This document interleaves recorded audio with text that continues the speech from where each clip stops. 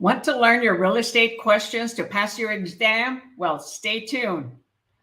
In this video, we're going to continue reviewing real estate questions for national, explain them and explain the answers, and also Texas state. So we'll start out with the national questions, 15 of them, and then we'll go into the Texas state questions. So for those of you that'll be here from any other state, the first half will work for you.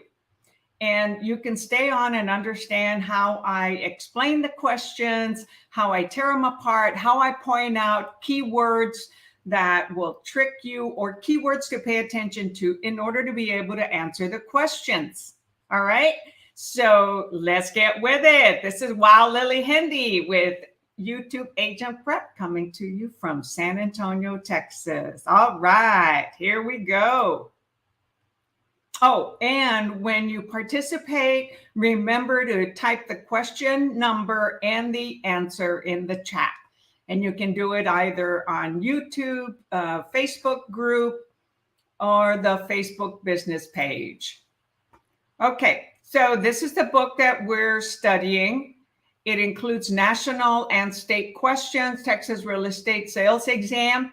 However, it's awesome for national and state math review courses, and it's got a refresher course. Oh, lots and lots of vocabulary, the glossary. Okay, it used to come with a CD-ROM when it was first published in 2006, and test preparation system. So it explains a lot. It's an awesome book. I've been getting lots of positive remarks from it, testimonials from students using it to plans. And so if you'd like a copy, then there's a form that I need you to fill out and you'll get a copy.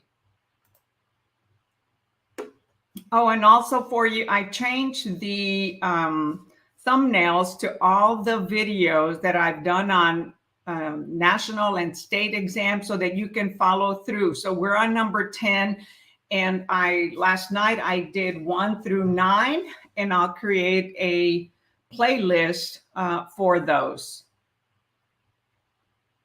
Okay, so let me refresh my screen here so I can be able to see you on Facebook and also on YouTube.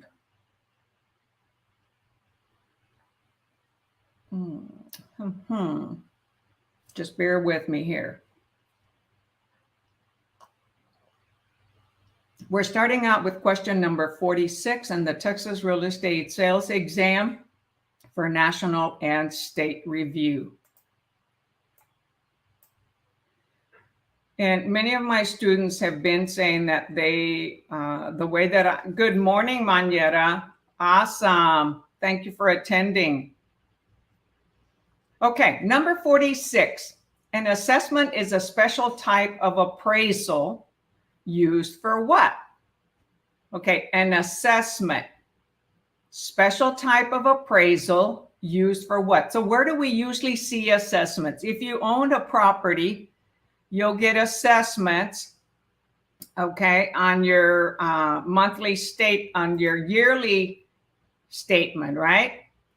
So assessments are used for A, property tax purposes, B, income tax returns, C, estate tax returns, or D, divorce settlements. So think about it and type your answer in the chat, and we'll be back with the answers.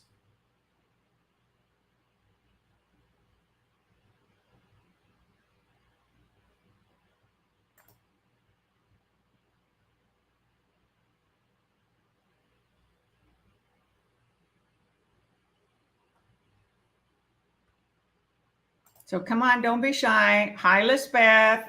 Hi, Rachel. All right, so far I have AAA. So Manera, if you don't give StreamYard permission, go to StreamYard.com/Facebook and give StreamYard permission to put your name, like here, Lisbeth and Rachel, okay? We're going to have an awesome day. 15 questions for national and 15 for state. And right now we're doing national. And yes, the answer is A, for property tax purposes, right? Individuals that own property, they will get a property tax statement at the end of the year so that they can pay them by the first month of the year, or every state is different. Some may be when I was in Oregon, it was due in November. So every state might require it at a different month, but they are yearly. And those have to be paid, because if we don't pay for them, the property can be foreclosed. And we don't want that, right? I mean, it could be paid off and you still will lose the property just because of property taxes. Lots of investors go to the courthouse the first Tuesday of the month to buy properties that are being sold because of defaulted property taxes. All right, number 47. Which of the following approaches would an appraiser most likely use to appraise a church? Okay, so what approach will an appraiser, not a realtor, not a broker, but an appraiser, most likely use to appraise a church? Okay, churches basically can be built anywhere within the city, within the county, and so they don't go by the traditional zoning that it has to be a residential home on a residential area. Churches can be built in residential areas and commercial areas because they're nonprofit, right? So, how often do churches sell? You want to ask yourself. So an appraiser would use a market data approach, B, a cost approach, C, an income approach, or D, gross rent multiplier approach. Okay, so remember what is utilized for market data, what is utilized for cost approach, income approach. So when do we use these? As I mentioned, not many churches sell regularly. So are we really going to have comparables to match it with, like we do on residential or commercial, predominantly on residential? Is it generating income? Well, yes, right, from the contributions of the members. However, that's used to pay the pastor, the priest, the upkeep of the building, air condition, all those types of things. So far I have 47B, and yes, the answer is 47B. Awesome. The cost approach. So the cost approach provides what? If there aren't any comparables, then the appraiser is going to look at material cost to build something identical to it or similar to it. So very good.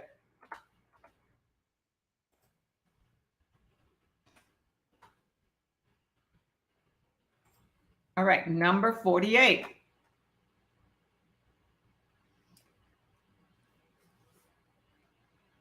A cap rate is used in what type of appraisal? Cap rate. When are cap rates used? Okay, you want to ask yourself. So, and what type of appraisals? A reproduction. B, an income approach. C, tax assessment. Or D, competitive market analysis. So a cap rate is used for what? Commercial properties, right? So what would you think that type of appraisal would be? Type your answer in the chat and we'll be back to review the answer.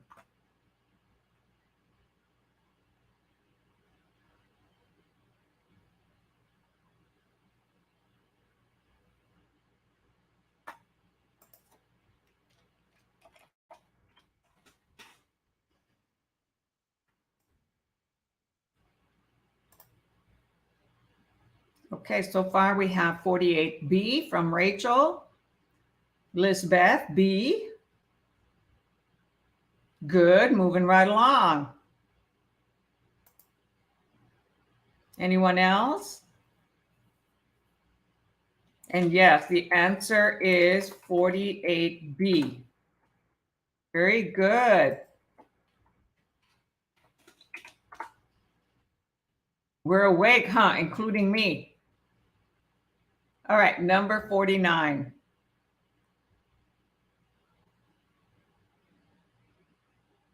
And we're in exam number 2. So in the description on the YouTube page, on the YouTube channel, I do write what question we're starting on and what chapter, what book. And now I have changed the thumbnails to all the videos that pertain to Texas and real estate exams from when I started with question number 1 on exam number 1 and continuing on. That way you can follow with the book. So far, this is session number 10. So there are 9 prior sessions that you can review when following this book, the Texas Real Estate Sales Exam. Okay, 49.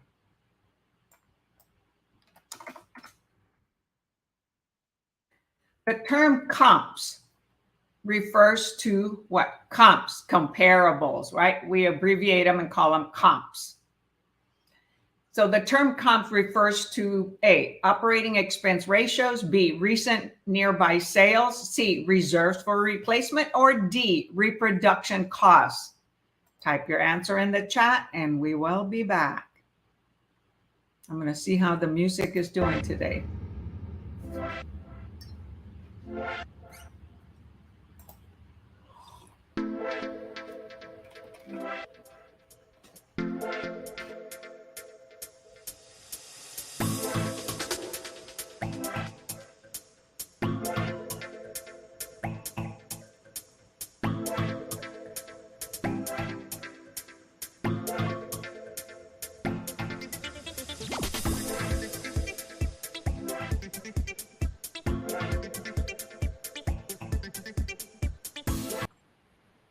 All right, and the answer is, I feel like we're in The Price is Right, right? Which door do you want?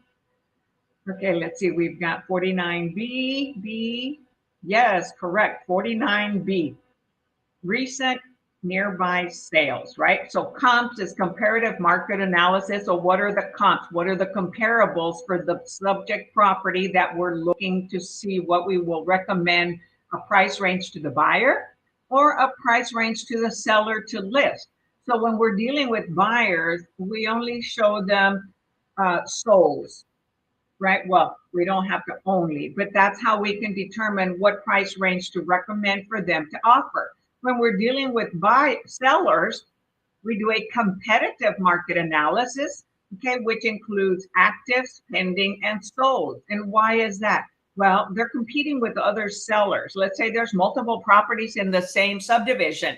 So we want to make sure that they don't price it above that property, their competitors, that we price it hopefully the same or below so that we sell quicker. And then we look at the pendings to see how long did it take for that property to get an offer, days on market, right? And what price was it at, and solds, so that we let them know, look, this is what sold, this is how many days it took, and this is what buyers asked for as far as buyer closing costs, or maybe not any buyer closing costs. So depending on their timeline, how quick they want to move, then we recommend a price. So very good, 49B. Okay, number 50.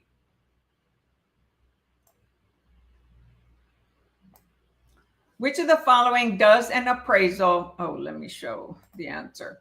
Which of the following does an appraisal take into consideration? Okay, an appraisal. Not a comparable, but an appraisal. And who does appraisals? Appraisers. Realtors do not do appraisals, okay? And who license appraisers? The Appraisal Licensing Board, not the Real Estate Commission. Okay. So never think that appraisers are licensed by Real Estate Commission. No, no, no. All right. So which of the following does an appraisal take into consideration? A, various conditions in the neighborhood. B, the owner's financial situation. C, the sentimental value of the property. Or D, IRS depreciation claimed or available. Type your answer in the chat and we shall be back.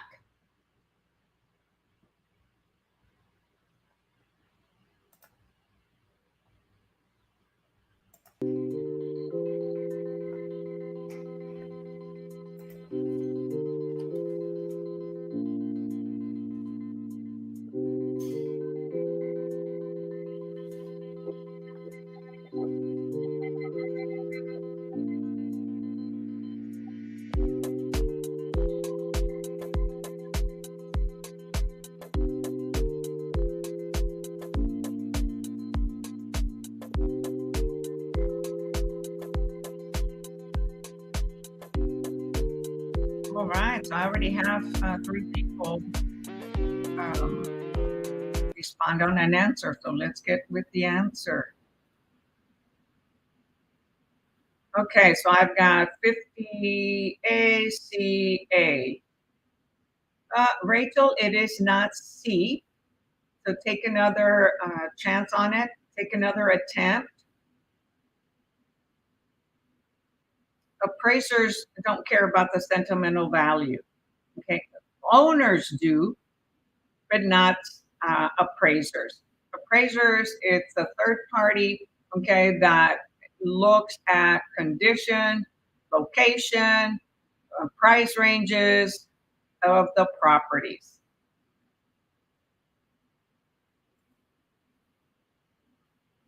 Real estate is not about buying and selling because of sentimental value, except for when it's a seller or a buyer that desperately wants that property.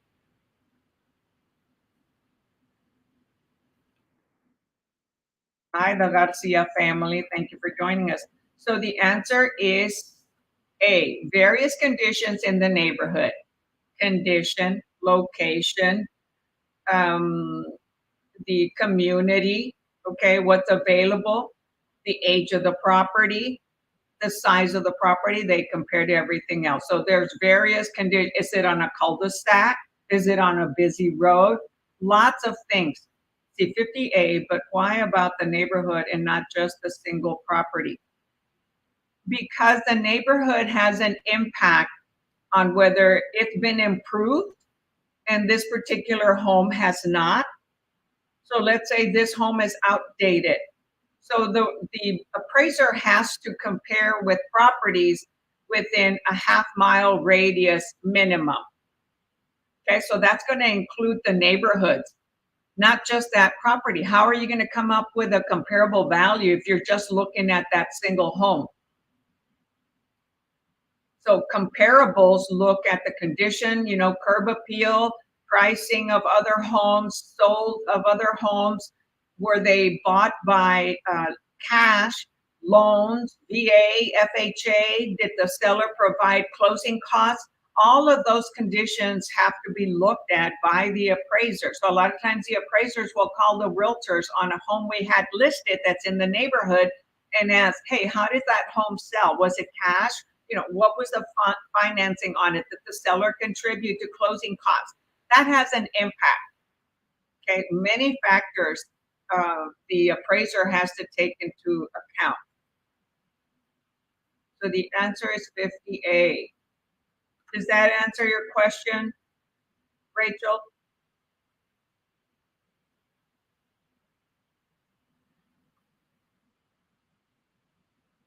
Okay, number 51.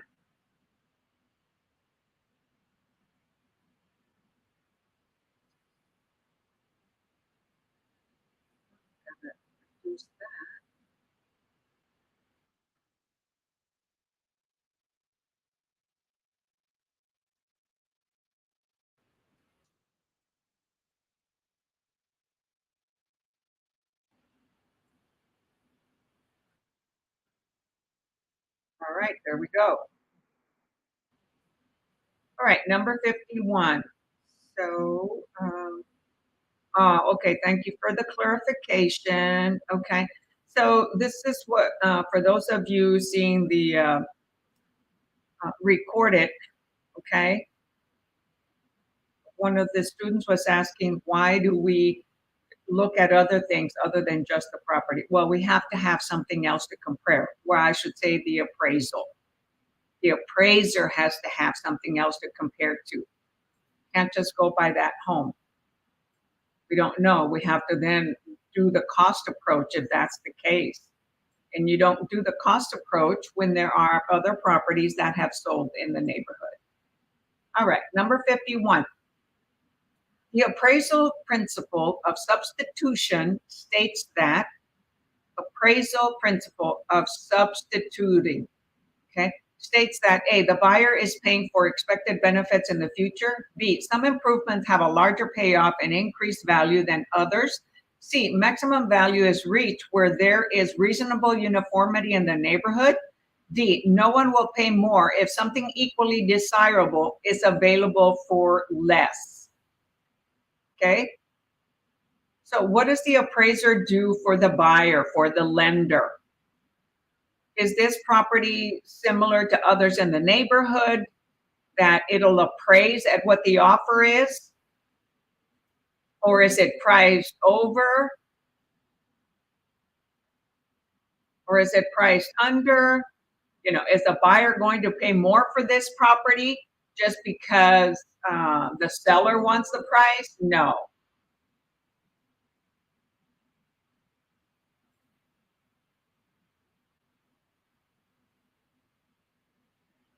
So type your answer in the chat and we'll be back with the answer.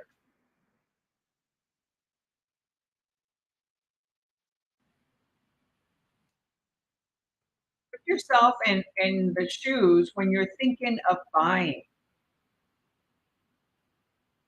Can they project like expected future benefits? No, we don't have a crystal ball. Some improvement have a larger payoff, but some don't. It depends. Some of it could be just deferred maintenance, right? Just maintenance on the property to maintain the value. Other things will be improvements that really increase the value.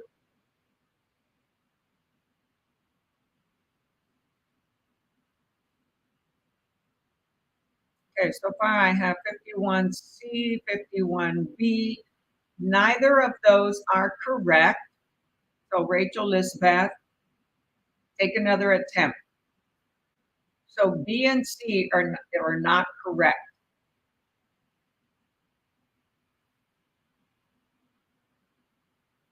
So if somebody can substitute more than one home in the neighborhood that's similar that they want to buy and has a better pricing, are they going to pay more than a very identical or similar home that's a substitute for the one they saw?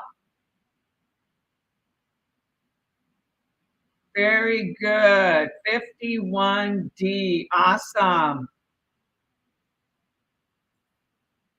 Yes, it is. No one will pay more if something equally desirable is available for less. That's why when we do a competitive market analysis, the seller will say, well, hey, I did this, I did that for my house. It's worth more than the neighbor. You know, theirs not as nice as mine, so mine's worth more. Well, if it's almost identical or very similar, people are not going to pay. Are you going to want to pay more for a house just because the seller thinks it's worth more to them? Okay, that's personal value. Okay, that's emotional value, attachment value. No, we have to go by numbers. This is a numbers market. So we have to calculate everything by numbers, comparables, cost, you know, or income on each of the properties, depending on what kind of property it is. You know, property taxes, they're not going to look at the emotional value of a person in order to assess what the taxes are, and taxes go up and up and up, right? And if a person is not comfortable with the taxes, they can protest the taxes every year. Very good, Garcia. What's your first name, Garcia family? All right, number 52. Oh, here comes a math problem. So let's see here.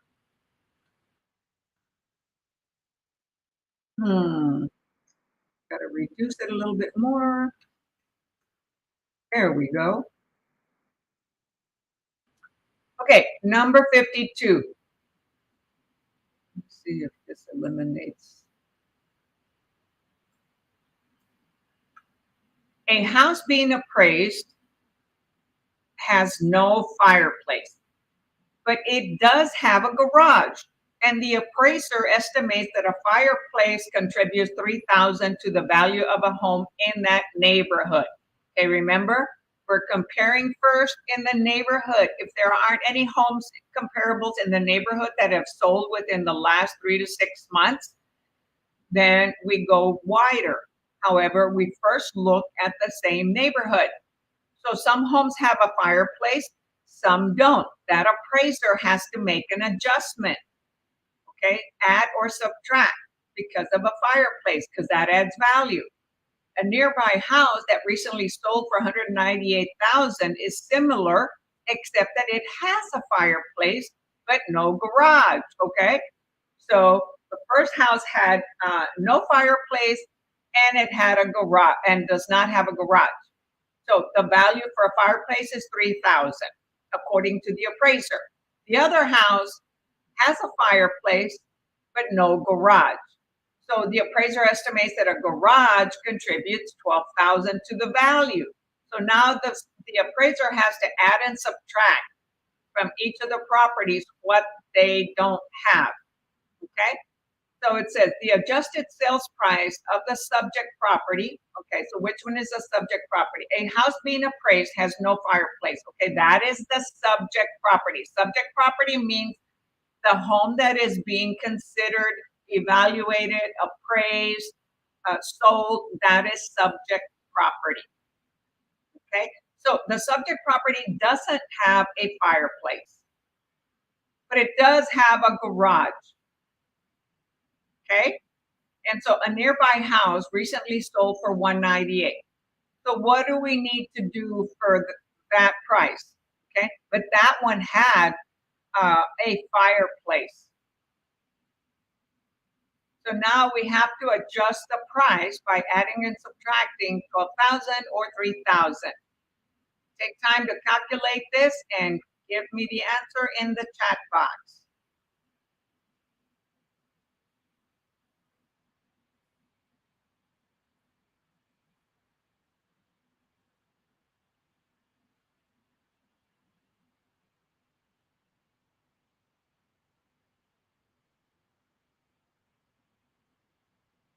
All right, so I've got, oh, hi, Carlos. All right, Carlos Garcia.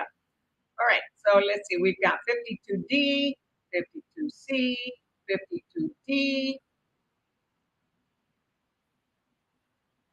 and the answer is 52C, right? 207.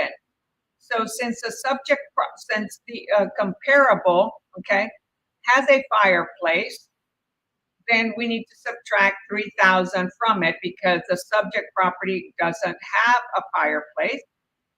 But the 198 doesn't have a garage, so now we need to add 12,000 to the subject property because it does have a garage. So 3,000 from 12, that's 9, right? So you're adding 198,000 plus 9,000 gives us 207. Y'all see that?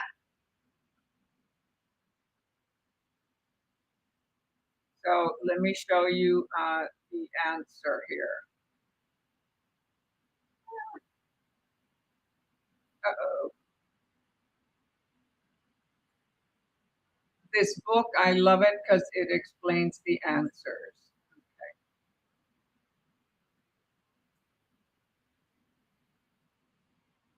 And I'll show you.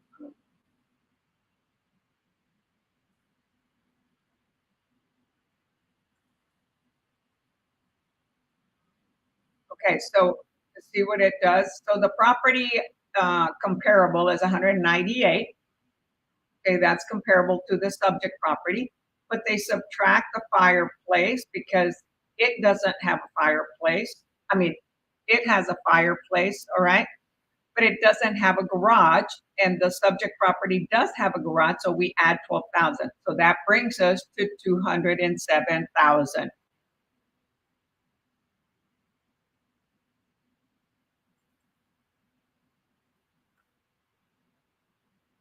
Oops.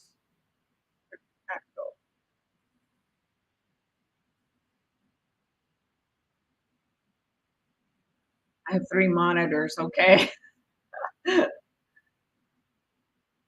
And, I have to move things around when I'm showing you something like that. Yeah, okay, so let's say I meant 52D.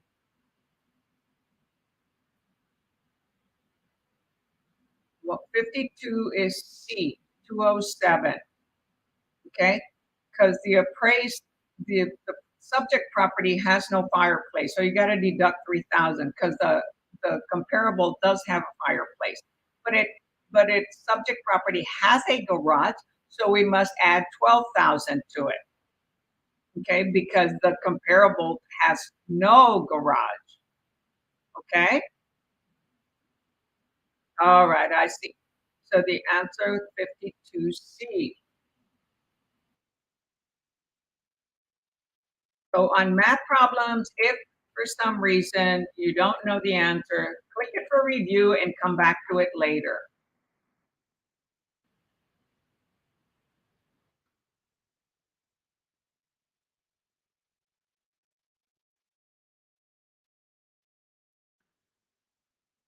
All right, 53.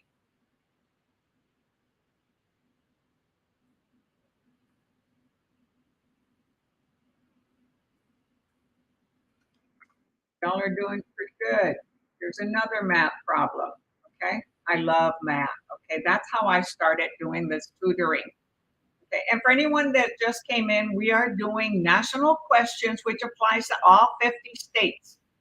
So the first 15 questions, we started with question number 46 on the Texas real estate sales exam. And those of you in other states are going to say, oh my gosh, why are you teaching us Texas?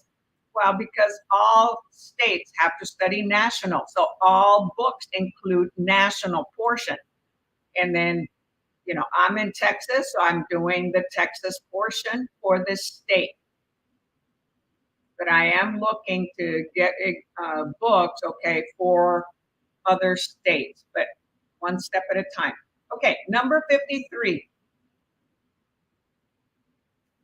So anybody, oh my gosh, anybody that's on YouTube, hey, please subscribe to the channel and also click the like button if you find this worthwhile. If you're learning from this, hey, click that like button and go and subscribe to the channel. Greatly appreciate it. It motivates me, and that YouTube Agent Prep motivates me to create more videos and help you pass. I've been getting lots of students' testimonials, okay, that it's really helping them on how I'm explaining. It may not benefit everybody, so I can't please everyone, right? All right, number 53. Dennis Sorensen is buying land on which he plans to build a cabin. He wants 200 feet in road frontage and a lot 500 feet deep. Okay, so what is road frontage? So when we're facing the road, the width of the property, okay, the front of the house, the front of the property, and that's where the road is, that is road frontage. So that'll be the width, okay, of every residential property, commercial, any type of property, right? You've got to have a road, whether paved or not, in order to go in and out, egress and ingress, right? Now, so most lots are rectangular or square, or they have all kinds of curves. So you have width, times depth, or width times height, right? Base times height in a math problem. The base is the frontage, 200 feet, and a lot that's 500 feet deep. Okay? So if asking price is 9,000 an acre for the land, 9,000 per acre. So they want us to calculate how many acres in this 200 by 500. How much will Dennis pay for his lot? So as I mentioned, base times height, width times depth will give us the acreage, or will give us the square feet. And how many square feet in 1 acre? Type the answer in the chat if you know how many feet in an acre. How many square feet, right? Because it's like a square or rectangle. How many in 1 acre? Type that on the chat box and let me know whether you know that or not. And if you don't know it, I'll give you how I remember it.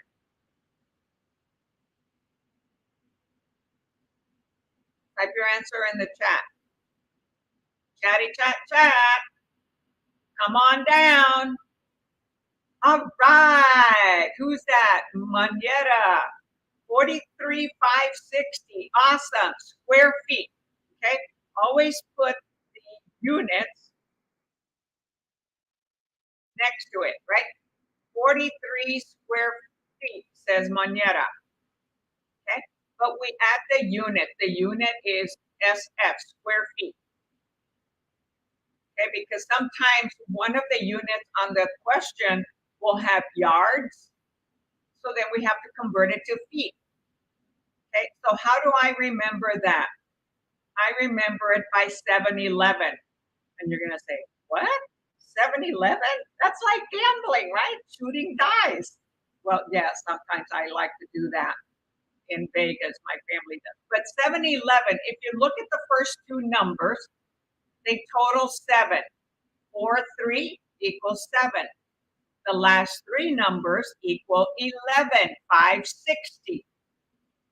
And then you're going to ask, well, okay, so which one comes first, the 7 or the 11? Well, the 7.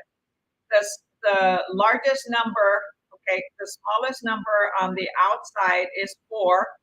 The largest number on the right side, right, is 0. So 7, 11. 43, 560. So on the 7, the largest number is on the outside. On the 11, the largest number is on the outside, 6. That's how I remember it. Others remember it as 4 realtors going down Highway 35, driving 60 miles an hour. That's too much for me to remember. Yeah, 4 ladies driving down 35 going 60. Yeah, that's, for me, that's a lot to remember. I like it a little bit simpler, but that works for you, then you do that. Okay, so let's go now to calculate this. So what size is the lot? You've got 200 feet by 500 feet. How do you calculate the square footage on that lot?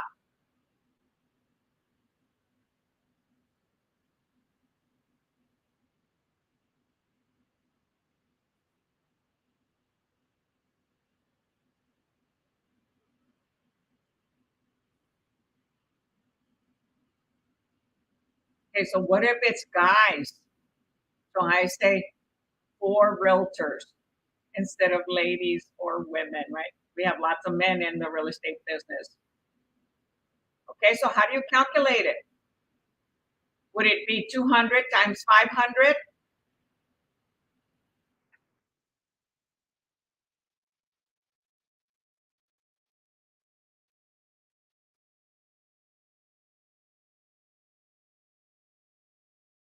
Huh?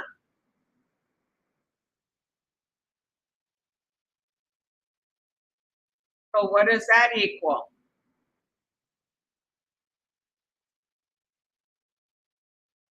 Square feet, right? It equals to 100 square feet. So 200 feet times 500 feet. Okay, the little hyphen on the top stands for feet. When you multiply feet by feet, you get square feet. So we have 100 square feet in all, right? So now, how do you determine how many acres it is?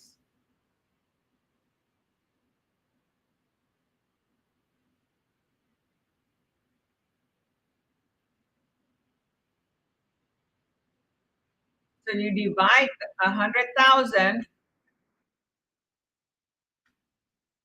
by 43,560, and that gives us 2.3 acres, right? So now we know that $9,000 is the price for an acre for that land. So how much will Dennis pay? Without me typing, the calculation yet.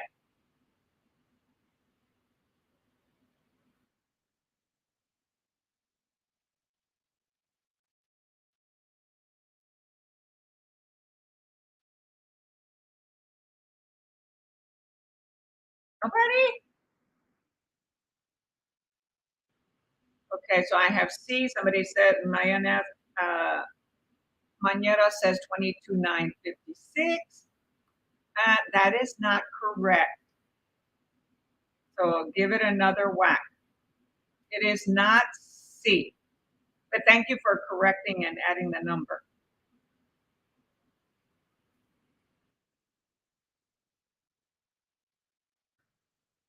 So the answer is C. So it's 2.3 acres times 9,000 equals 20,700. Okay, that's how you calculate it.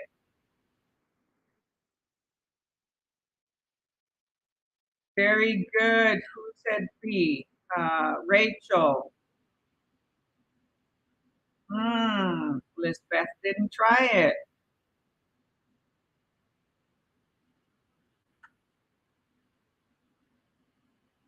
How did you all come up with 22,956?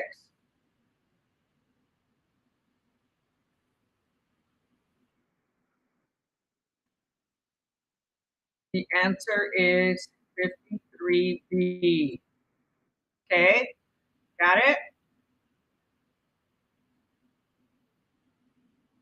Okay, number 54. Any questions on that? Okay, I know most people don't like math.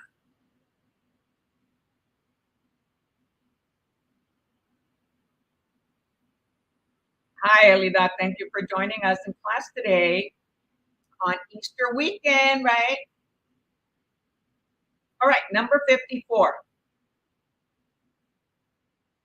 Joanna Bruner bought a house for 120,000, putting 20% down. How did you get B? Okay, I typed it. Look at the chat. Oh, you're on Facebook. Darn it. So, if you could go to YouTube, Manera, on YouTube, it'll show when I type it up in StreamYard, it'll show on YouTube. But it won't show on Facebook. I have to retype it unless you go to the Facebook business page. So let me type the YouTube channel for you. Let's see here.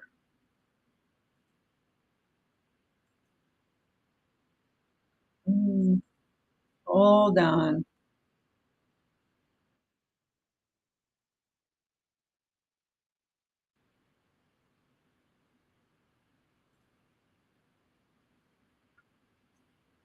So Manera, type on this link, okay, and it'll take you to the YouTube channel where when I type the answers, it'll show it on YouTube.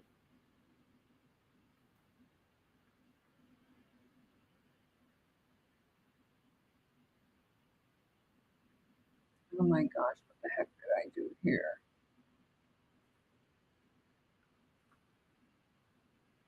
Oh.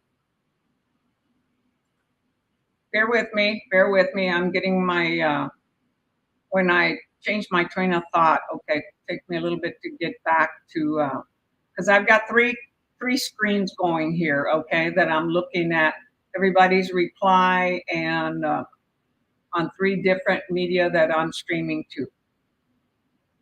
So when you go on there, you'll be able to see it, okay? All right, number 54.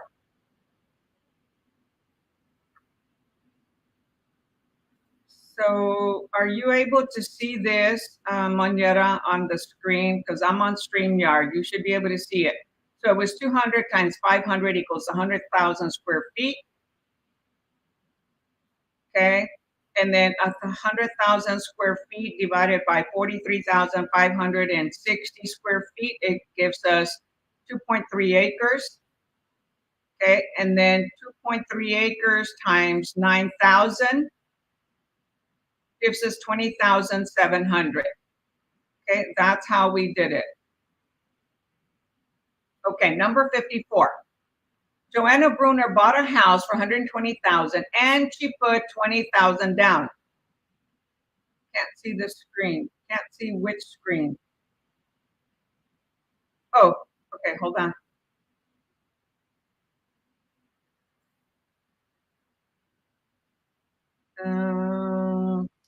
Let me delete myself from there. Okay, can you see the screen, full screen now?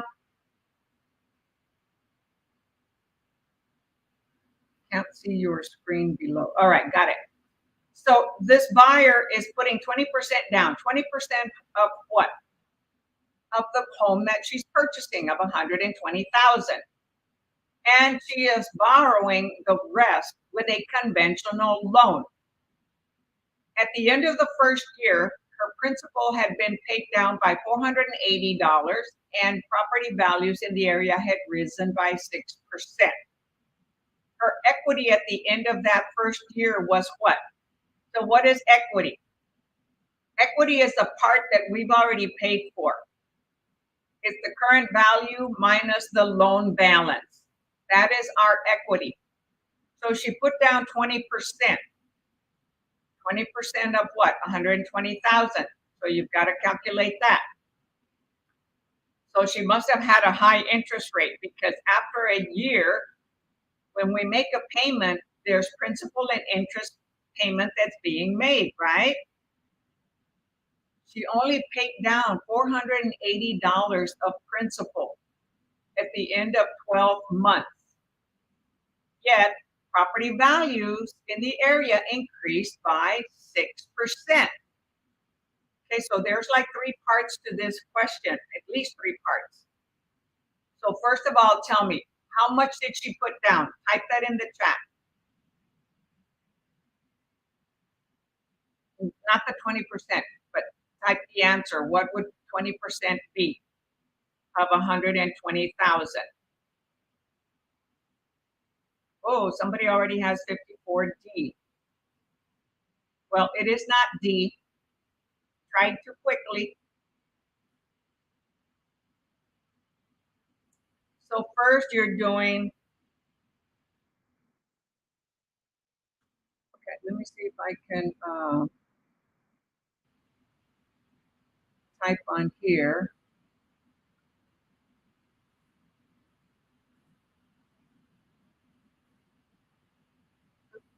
No, I want to type text. 120,000, right? Times 20%, that's 0.20, right?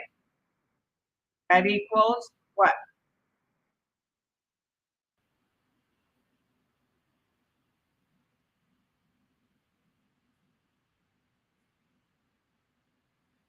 That equals 24,000, right? That was part of her equity. Oops.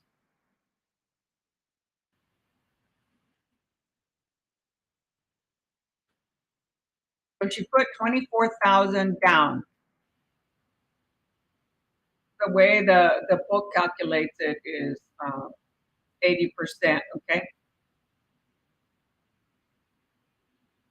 So another thing. So first of all, the market increased by 6%. Okay? So 6%, So you've got 120,000 times, you're going to say, oh, well, just multiply it by 0.06. Well, you would, but then you have to add it. So when a property increases, 120,000 is considered 100%. So if it increased 100,000, 6%, then we'll multiply by 0.106. 100%, by 1.06. 100% times 6% more, okay, gives us what?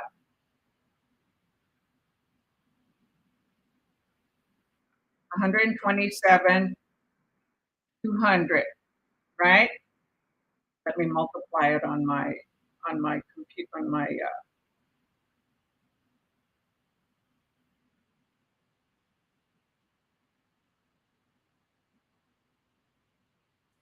so that gave us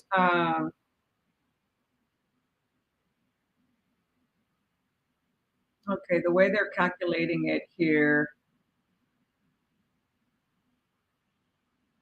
so it increased by 106, remaining debt, so that's 100 and, how come I'm getting the wrong answer?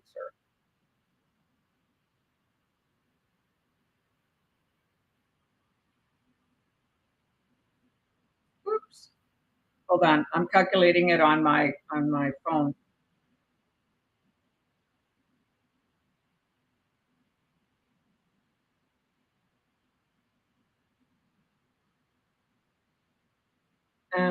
I'm doing something wrong here. So her equity in the present market value of her home minus the amount of debt remaining on it, present market value is 127,200. Okay, let me see if I can see this. Because it increased, okay? It said she put 20% down, so that's 24,000. At the end of the first year, her principal had been paid down by 480,000. So her equity is 24,000 plus 480, right? So far. And then the property increased 6%. Okay. So her equity at the end of the year, uh, so this is not correct here. Oh, it won't go.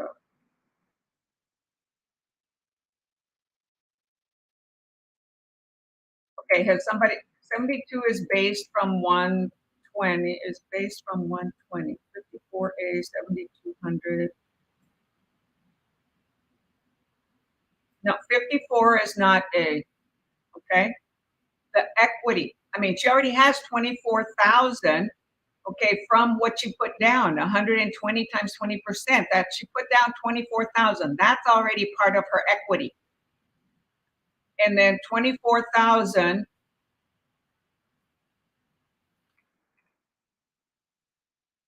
plus 480, okay, because that's what, so part of her equity was that 24,480, okay?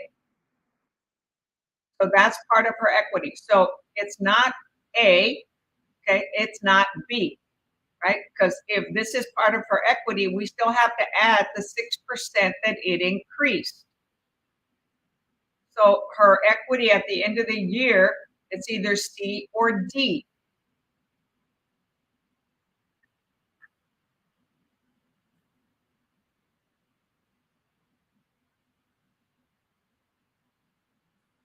So it says the remaining debt is 95,000 to 520, right? And how do they get that? They get 120,000 minus 24,000 minus 480, right? So 120 minus 24,000 minus 480. Okay, so she still owes 95,520. Okay, that's what she currently owes. And they're saying that the current market value is 127,200.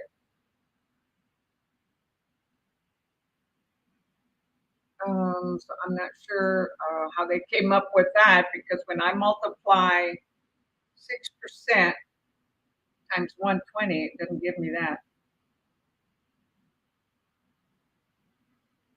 Oh yeah, you're right. 7,200. Oh my gosh, I'm really screwing it up here, right? So then let's calculate this. So the current value when the market increased, so 120 equals that, right? 120. No, I'm sorry. 127,200. So that's the current market value. So now we take the current market value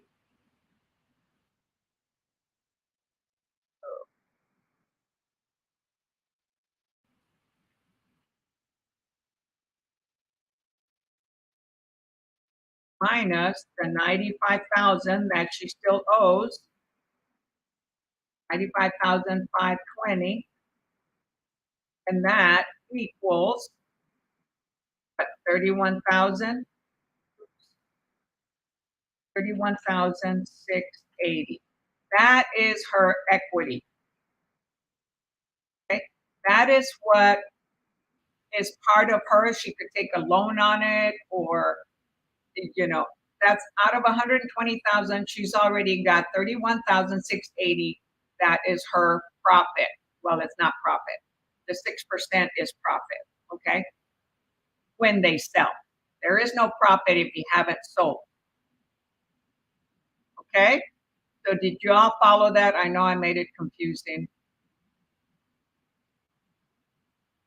Okay, so the answer, yes, got it. All right, thank you. Uh, thank you, thank you. I'm glad you got it.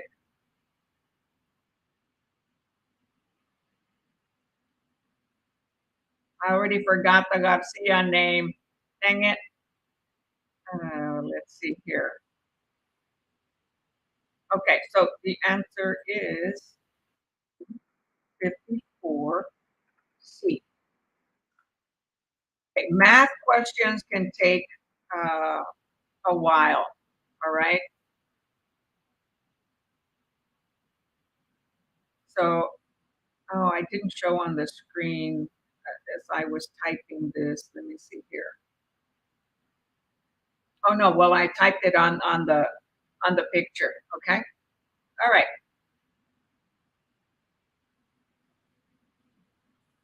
Let's go back to number 58.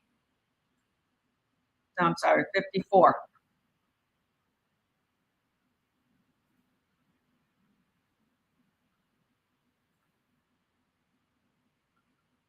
Dang it, I don't want that. I don't want the text anymore.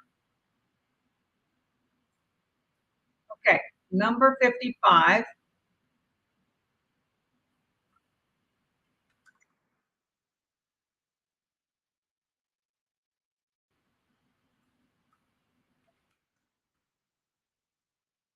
And number 55, the mills are often used in calculating. Mills. Mills are often used in calculating. So mill is 1/10 of a cent. Okay, and that's, well, I can't tell you the rest, because then I'll tell you the answer. So mills are often used in calculating what? A mortgage interest, B, property tax rates, C, real estate commissions, or D, fire insurance premiums.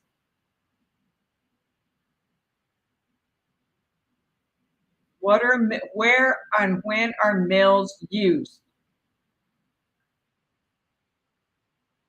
Type your answer in the chat. Okay, so far I have 55B.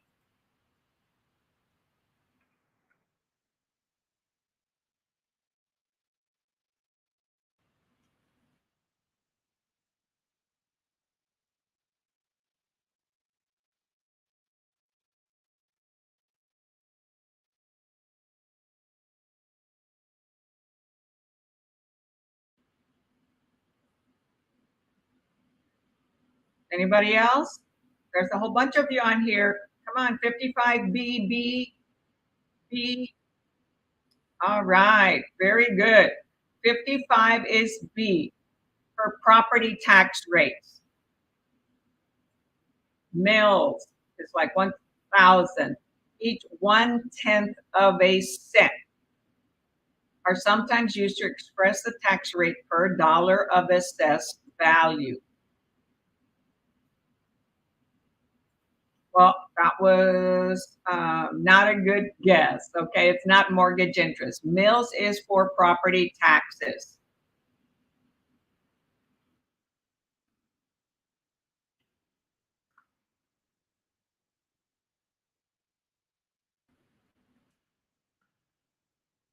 All right, number 56.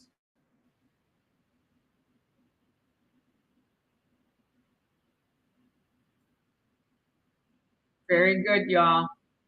Okay, I need to minimize that some. Okay, here comes an FHA loan. Okay, what is FHA? Federal Housing Administration, right? So federal FHA mortgage insurance premium, MIP. Okay, mortgage insurance premium stands for MIP. And that's used with FHA loans. So it is calculated at a rate of 0.5% annually. So how do you type out 0.5%? 1% would be 0.01, but 0.5% would be 0.0005, right? How much is the premium for the month in which the remaining principal owed is 92,347?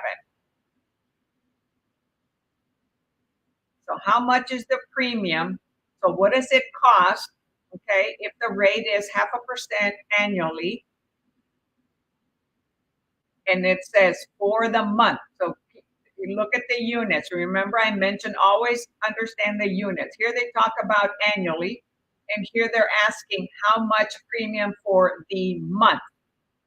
Doesn't say annually, it says month, right? So when you have something annually, you calculate it 0.005 and then divide by what? By 12, right? Because we're looking for a monthly answer.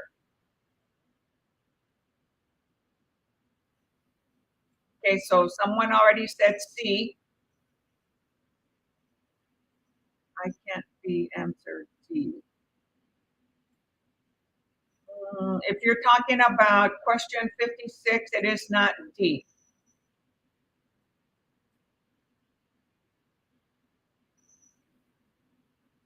So how do you calculate this one?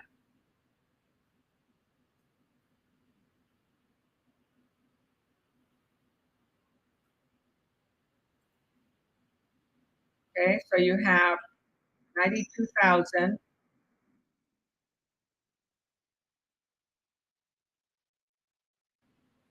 times 0.005, right? You got to move the decimal. So convert 0.5% to half is 0.5, right?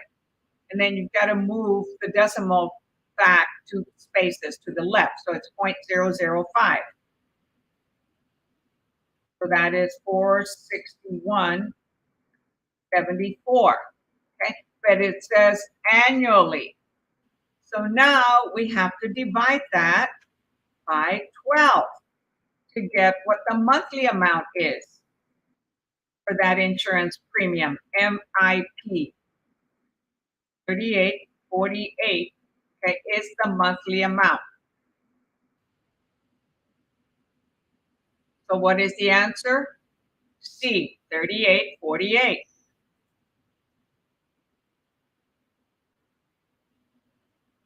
So here I get, yes, that's the calculation. Very good. Garcia family. Tell me again your name, your first name. I already, oh, Carlos. Okay. Thank you, Carlos. That is the calculation. Okay. So the answer is 56C.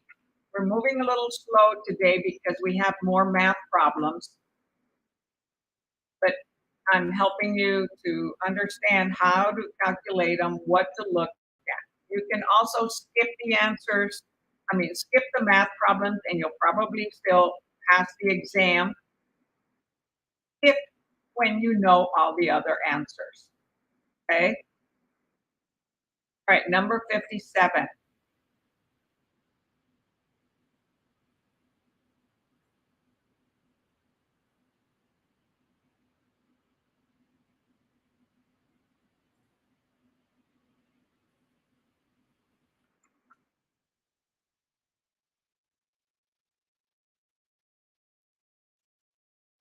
There we go.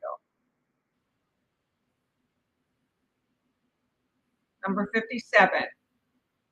I'm leaving in 10 minutes. That's all right. You can, if you need to watch the Texas portion of it, it'll be after we get done with up to question number 60 on the national. Okay. Sue Edison owns an apartment building that was constructed in 1965. According to federal law, okay, what kind of law? Federal law.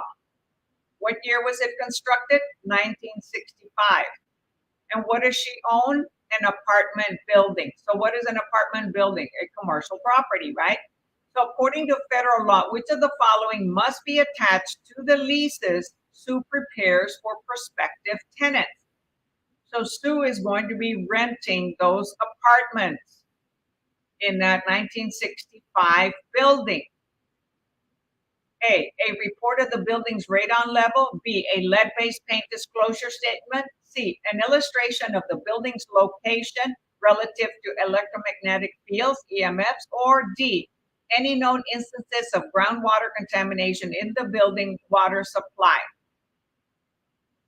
So how old is the building? 1965. What does have to be provided by us as realtors and the sellers or landlords to inform individuals? Because it's a federal law. It's not a state law. It's a federal law. It applies to all states. It's not something that the Real Estate Commission has a promulgated document because it's federal. So far I have BBB. Yes, very good. Very good. 57B, lead-based paint. Has to provide a lead-based paint pamphlet and disclosure form so that the buyer or tenant ends up reviewing it and also signing it. That they understand and acknowledge that. Now, if a building has been repainted, the old paint will be encapsulated by the new paint. However, if it were ever to start peeling on the newer paint, then you're going to have that. But newer paints typically don't peel, it's the old ones. But yeah, they can come off when you put some of those stickies on the wall, right? And they say, oh, it won't take off the paint. Sometimes it does. Okay, so 57 was B. So number 58. So everybody got that right. In inflationary times, a property manager would not want a long-term lease based on what? Inflationary, right? Costs are going up. Things are worth more. Are valued for less, right? So you have to pay more for them. A property manager would not want a long-term lease based on what? A, graduated payments. B, the consumer price index. C, a fixed rate. Or D, a cost of living index. Think about that and see what would they not want because during inflation, expenses keep going up. It's like right now, interest rates are going up. They'll probably stop. They're now up in the fives, where we used to be down in the twos for high credit ratings. Okay. So 58C. Awesome. Yes. 58C. So much better. You're welcome. I'm not sure what you're saying so much better, but thank you because rates are high. Yes. So 58C. Very good. Yeah. They want more a variable rate. Okay.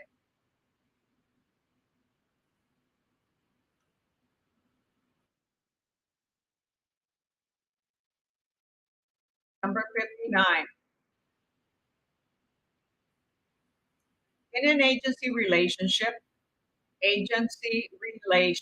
What forms an agency relationship? The person identified as a client is usually the what? A, customer, B, fiduciary, C, subagent, or D, principal. So when we have an agency relationship, we have something in writing, right? And then that makes them a client. And that person is usually known as,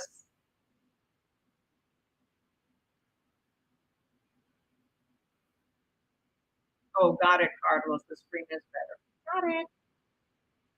Type your answer in the chat. Chatty chat chat. So the client is also known as,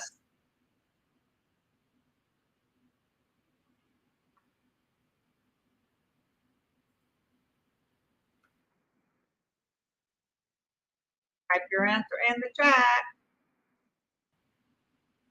5559, 59D. That is correct. They are the principal.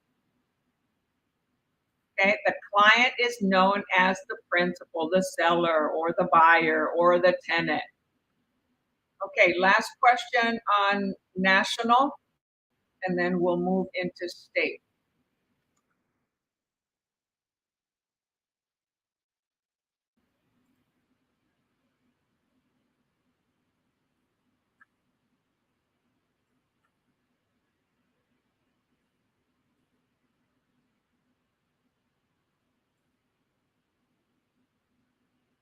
All right, number 60. A contract in which an owner promises to pay compensation to a broker. Okay, a contract. Sometimes contracts are called also agreement. A contract is something that's been signed by multiple parties, right? In which an owner promises to pay compensation to a broker. What is that? Compensation. Commission, right? And pays it to the broker for providing a buyer, but is free to enter in the same agreement with other brokers, is known as, okay, so when this owner promises to pay a commission to a broker for bringing a buyer, yet they enter the same agreement with other brokers, what kind of contract is that? A, an exclusive right to sell contract, B, a net listing, C, an open listing, or D, a personal service agreement. Do they have something in writing? No, they say they have a contract, so they have a verbal contract. But he's got that client has, or that buyer, that owner has that contract with multiple brokers. So far, I've got 60 C, C, C.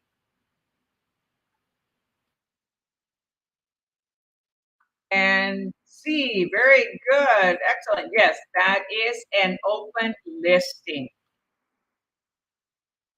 Awesome. In the real market days, we don't want to get into an open listing. Okay, you're going to be spinning your wheels and competing with other realtors and doing a lot of marketing for that owner, and only one realtor, one broker is going to get it. So you want it in writing. Now, if it's your own client that you have a long-term relationship, you can do that, but not so that they also offer the same thing to others. Okay, so that was the last question for national. Any questions? You can take a moment to go get some water, coffee, go to the bathroom, and we'll be back. Because remember, this is recorded.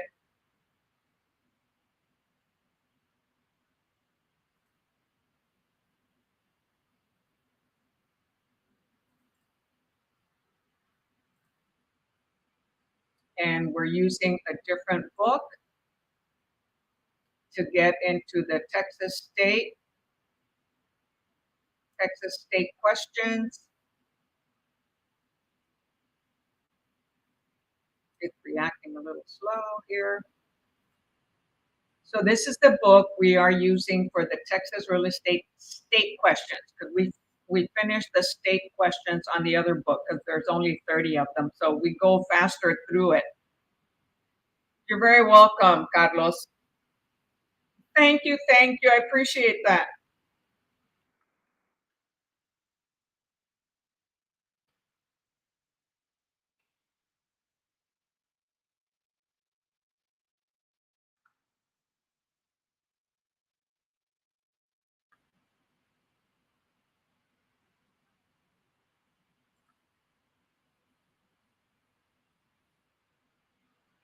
So it helps so far. Some Carlos on here.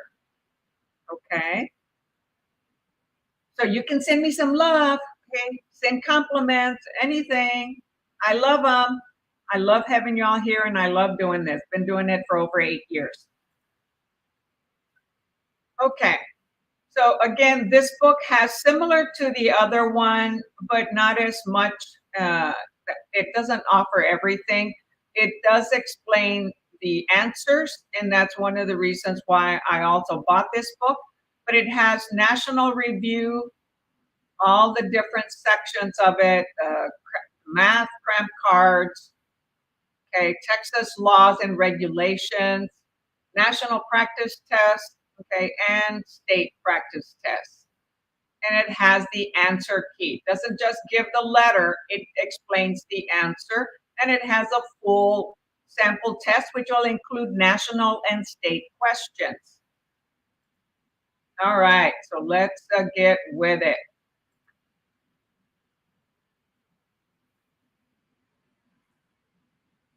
So we're starting out with number 12.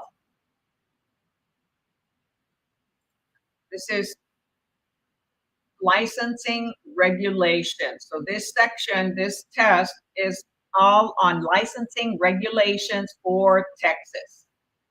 All right, number 12. Which of the following best describes a broker?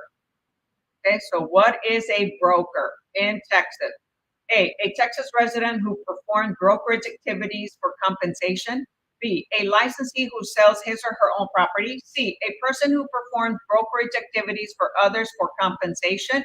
Or D, a residential licensee who manages salespeople. Type your answer in the chat, and we'll be back. Remember to type the question number and the answer letter.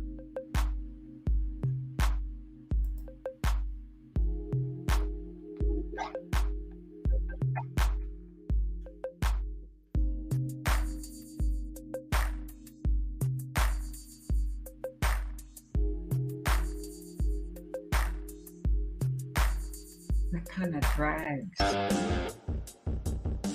like more upbeat.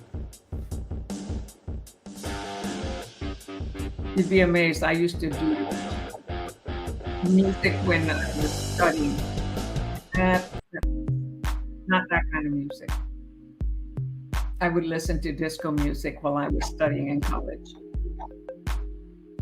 Okay, so the answer is Let's see what everyone typed. I've got 12A, C, hi Ruth, and C. The answer is not A. Give it another whirl. Yes, very good. The answer is 12C. A person who performs brokerage activities for others for compensation. So we are providing a service and getting paid. When we do that, we have to have a license, broker or salesperson, okay, or inspector.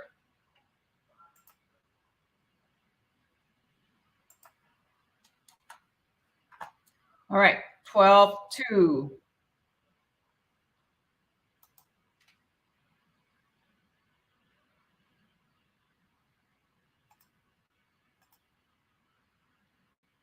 Which of the following best defines a designated broker?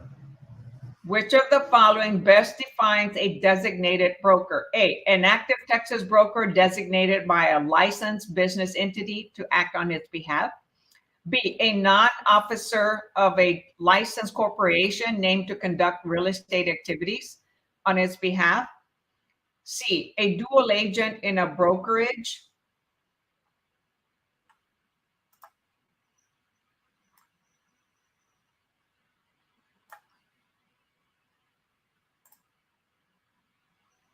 Or D, a licensee who has successfully passed his or her required realtor designation curriculum. Which of the following defines designated broker? Broker, broker, broker. Okay. It is not a licensee. Okay. It's not a licensee who is just a realtor. Okay, so far I have 12A. Hi, Alicia. Thank you for joining us.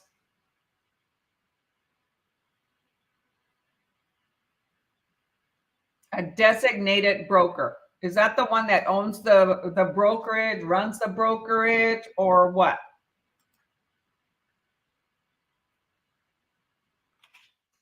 So far I have 12.2A, A, C. The answer is A. In Texas, we do not have dual agent in a brokerage. We could have two realtors representing each client for the same property, then the broker becomes the intermediary. Okay, so the answer is an active Texas broker designated by a licensed business entity. Okay, it could be a brokerage and they become the designated broker, but they don't own it, to act on its behalf. And so that designated broker, okay, oversees all the brokers, all the realtors in that organization.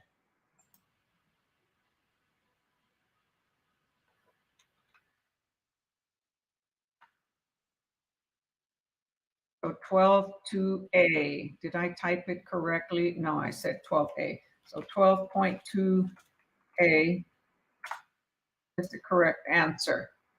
All right, number 12.3.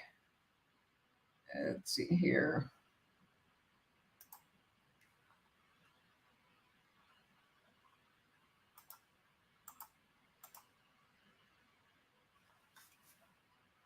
Oh, that didn't make much difference. Let's see if it's on the next page. No.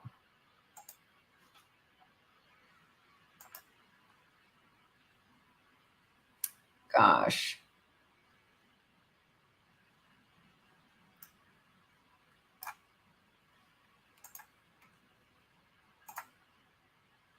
Okay, there we have the whole question. So 12.2 was A. So 12.3 on state questions for Texas. Which of the following parties does have to have a license to operate legally? Which of the following parties does have to have a license to operate legally? Okay, so how can we represent somebody else legally? A person who shows his licensed brother's listing to neighbors in the intermediate neighborhood. B, MLS services who provide listing services but do not get paid for resulting transactions. C, a family member who sells a house she just inherited from her father. D, an employee of Burger King who assists in the purchase of a site for his company. So which of the following parties, okay, does have to have a license to operate legally? All right, Alicia, on the 28th, we'll listen to a lot of these questions and understand them as I explain them. I point out keywords to pay attention to help you answer the question correctly. So good luck.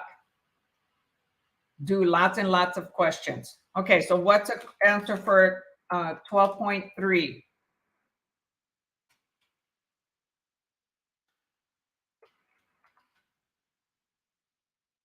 Right, it's a person when we represent somebody else and we get paid. So which one does that look like? A, right? A person who shows his licensed brother's listing. Okay. This person is showing their brother's listing, and that brother is licensed to neighbors in the immediate neighborhood. In order for somebody to show them a listing, they need to be licensed, right? So 12.3A.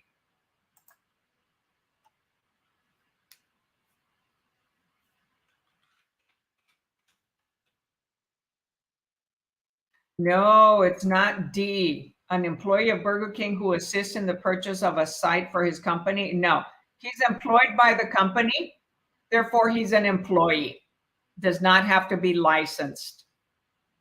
Okay? When an individual is an employee, they don't have to be licensed if they're helping that particular company. Got it?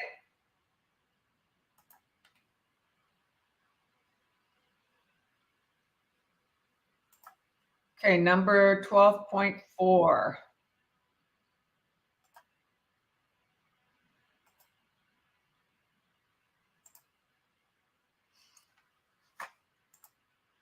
All of the following are exempt, right, excluded from real estate licensure except one. So all of them are good except for one. Which one is not exempt? Which one is not excluded? Okay. A Texas attorney. B, a party acting under the auspices of the court. C, an on-site manager of an apartment complex. Or D, a city mayor who operates a rental agency. So which one is not exempt from having a real estate license?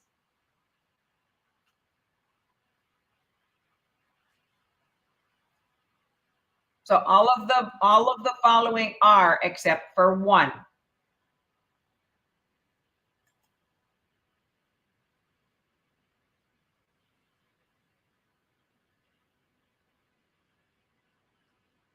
So type your answer in the chat.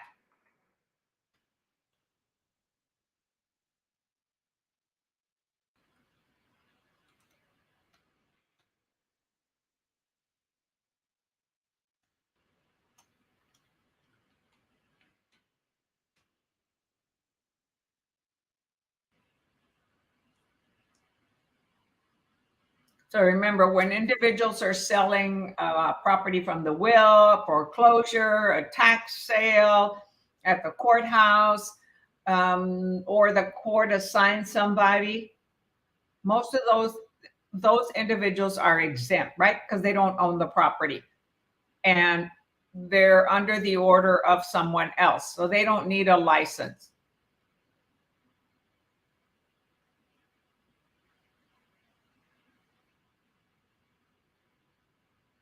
So all of them are exempt except D, a city mayor who operates a rental agency. Okay, so that city mayor, he's an individual, mayor or not mayor, he's an individual, operates a rental agency. So he's doing property management. Now, if that city mayor has a licensed property manager, then he doesn't need to be licensed. However, it doesn't say that. It just says a city mayor who operates a rental agency. Therefore, he needs to be licensed and he needs to be a broker. And in order to be a broker, we need to practice real estate in Texas at least for 4 years and produce certain lot of different types of properties.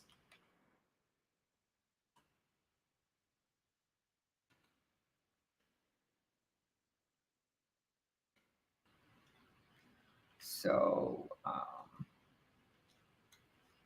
what was it? D. 124D. Now he could own that rental agency and just be a realtor, and he could have somebody in there that is a broker, a licensed broker, and they can run that. Okay, number 5.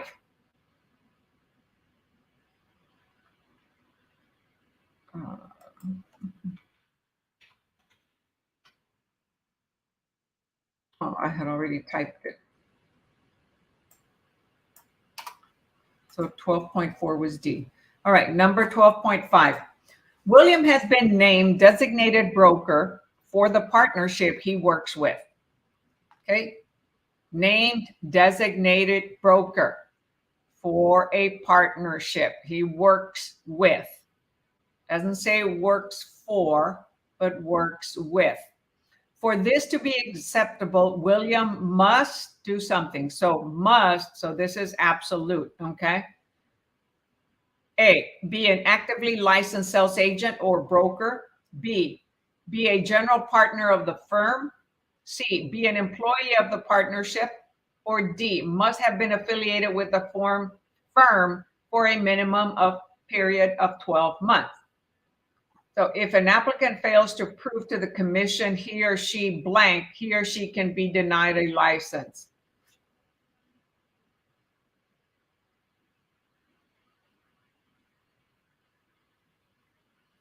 So William has been named designated broker for the partnership. Okay, so he does have ownership that he works with.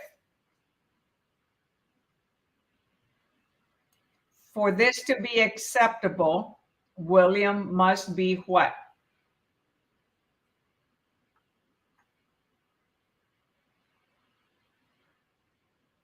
It is not A.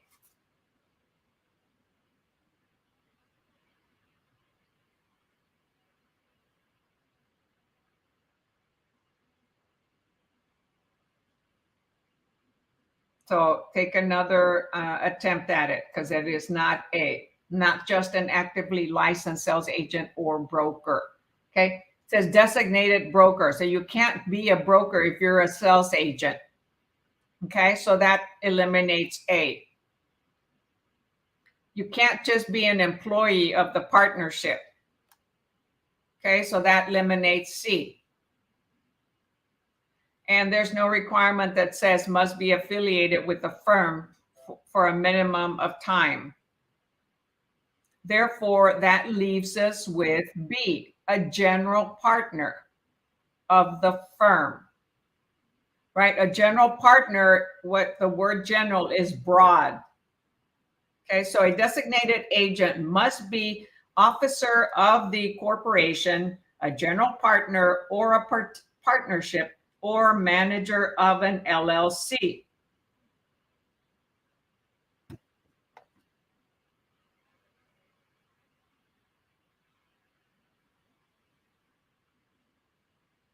I don't know what the next statement must be for the next question. So 12.5 is B. So those of you who answered A, Okay. Designated broker, so can't be a sales agent or broker. Okay. And not necessarily an employee of the firm. So they have to be a partner. They have to be an officer of that corporation. Okay. 12.5B.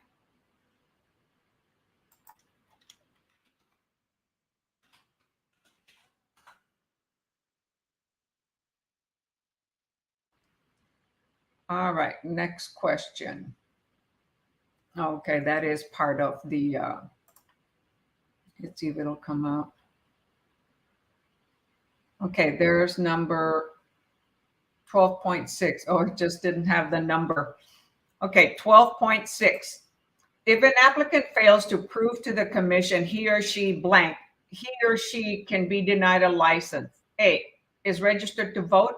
B, has a net worth over 25,000. C, is honest or trustworthy. Or D, has an insured car and driver's license. Type your answer on the chat.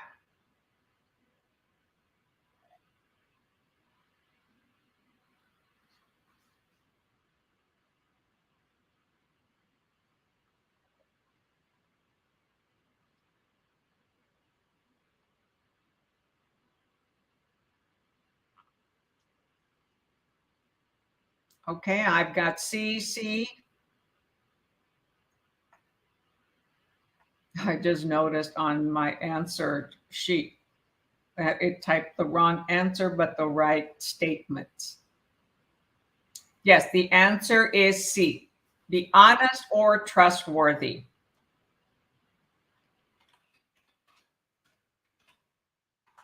Be honest or trustworthy. The book and the answer says it's B, but then they put B is honest or trustworthy. So they meant C.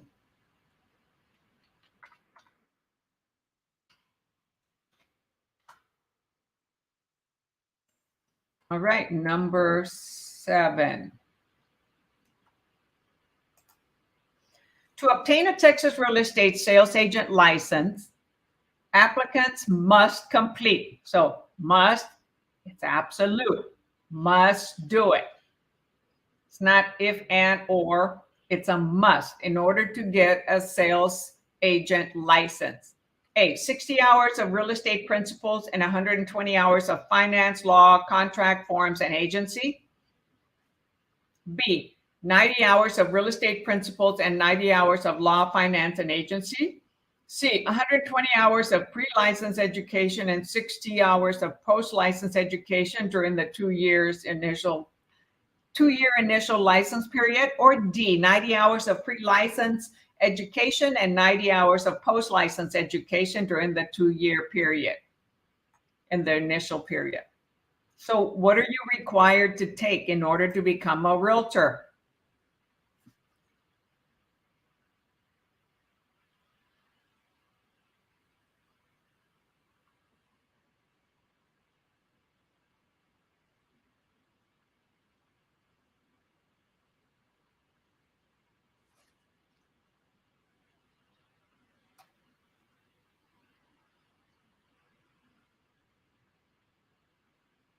It is not D and it is not C. Take another attempt. Rachel, Alicia, and Elida.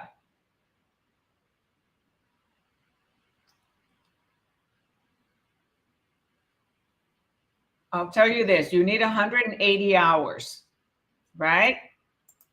And so how are the hours divided?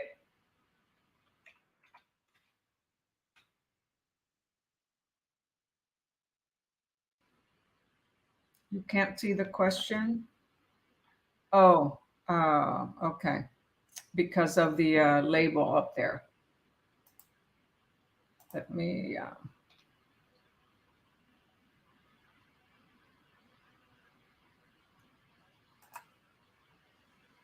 to obtain a Texas real estate sales agent license, how many hours do you have to take?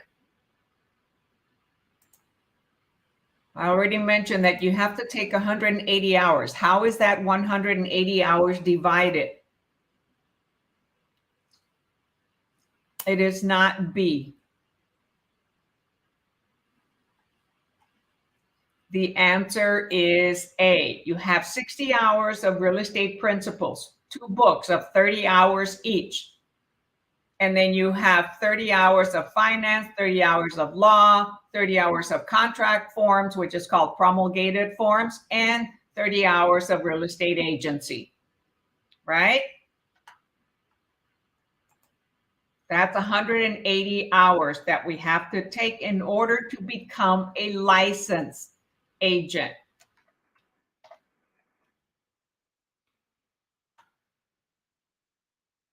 Okay, do you all get that? Yes, Rachel, it is 180 hours. But what you looked at was 90 hours of real estate principles. No, we only have 60 hours of real estate principles. It's 2 books of 30 hours each. That's where you went wrong. You had the 180 hours correct. However, it's only 60 hours of principle. Okay, number 128. Yes, it's good to write it out. It helps to learn it better. Let me see here. So that's not going to work.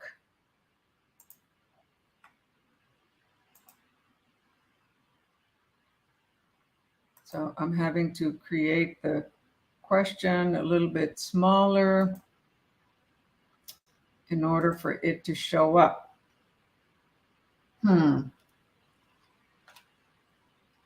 That's kind of small. 128.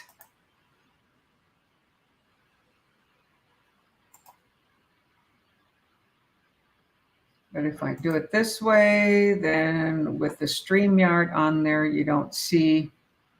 So let me see if I can get rid of the banner.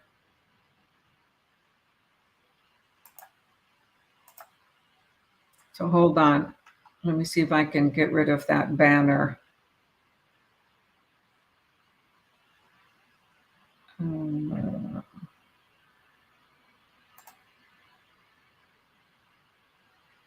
Okay, there we go. Okay, number 8.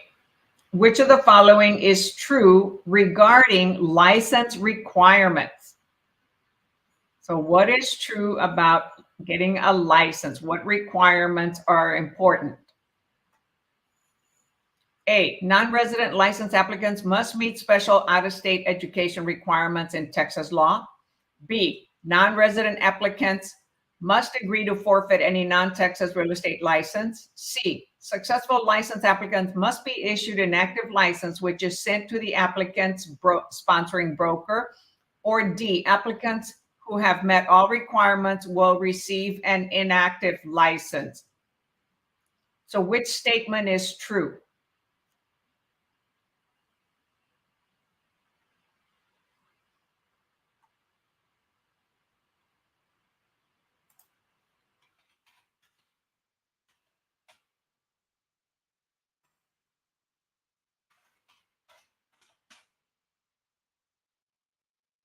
Type your answer in the chat. And so we're doing, for anybody who came in late, we're doing Texas state questions, or not necessarily late, just came in.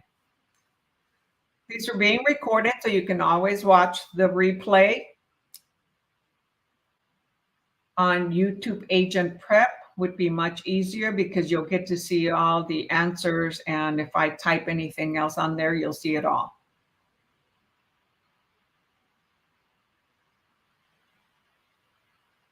So if you're in, if you haven't been to the YouTube AgentPrep YouTube channel, hey, please go there and subscribe to the channel, and also click the like button if you find this valuable to you. Okay, there's quite a few of you on YouTube.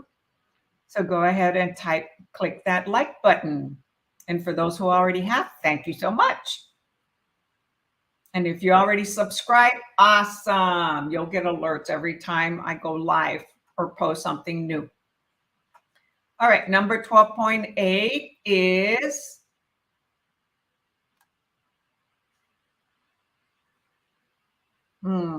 D. Applicants who have met all requirements will receive an inactive license. So all the requirements is you passed the credit check or background check, you took the 180 hours and passed them, sent in the certificates, and then went and took the exam and passed the exam. So that you met all the requirements to put you into inactive license. And so once you select a sponsor and they get your license, then you become active. So non-residents are also subject to the same education requirements as residents. So non-residents licensees of other states need not forfeit their native license to be licensed in Texas. You can have multiple state licenses. Okay, you just have to take the requirements for each of the states. You don't have to forfeit. Realtors and brokers, they do real estate in multiple licenses, especially in multiple states, especially if they also invest. Or they're really expanding and growing. An error happened. All right, number 12.9. Okay, let's see. We had C, yeah, and so it's not C. Successful license will be issued an active license, which is sent to the broker. Now, so, the question asks, which of the following is true regarding license requirements? So license requirements, okay, is applicants have met all requirements will receive an inactive license. So successful license applicants, no, the applicants aren't issued active license.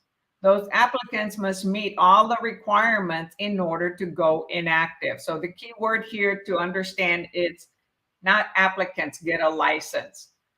When they meet all the requirements, that applicant then becomes an inactive licensee. Okay? Right, number 9, 12.9. Which of the following is true regarding the education requirements for the broker's license? Okay, so now we were already a sales agent. Now we're looking to become a broker. I know it, lots of laugh, because that's what happened to me with the New Jersey one. Awesome, Ruth. Yep, I was in Oregon and I had an Oregon license while still getting my Texas. I gave it up though. So number 9, which of the following is true regarding the education requirements for the broker's license? So in Texas, there's certain requirements for brokers. A, applicants must complete 630 hours of post-secondary education. B, applicants must complete 900 hours of post-secondary education, including 630 hours of core real estate courses or their approved equivalent. C, applicants with a bachelor's degrees or more are deemed exempt from the core's 270-hour requirement. Or D, applicants must complete 270 hours of post-secondary education. So to become a broker, what is required?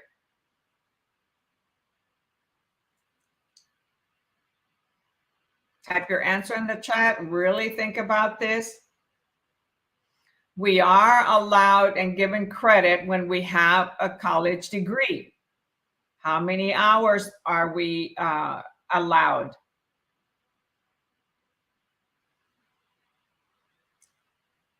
Is it 270? Is it 630? But the total hours is how many in order to become a broker?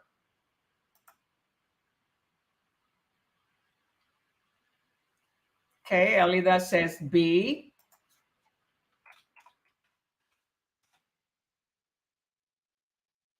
Anyone else? Come on, there's quite a few on you here. Type your answer in the chat. This is the time to participate so that I can help you. I want you to pass. I want you to be realtors, and I want you to also join me at eXp Realty, okay? Whether you're in Texas or in other states or other countries, I would love for you to evaluate eXp Realty and become one of my partners. So remember, I'm not only a teacher, I'm also a realtor, and I used to be a broker.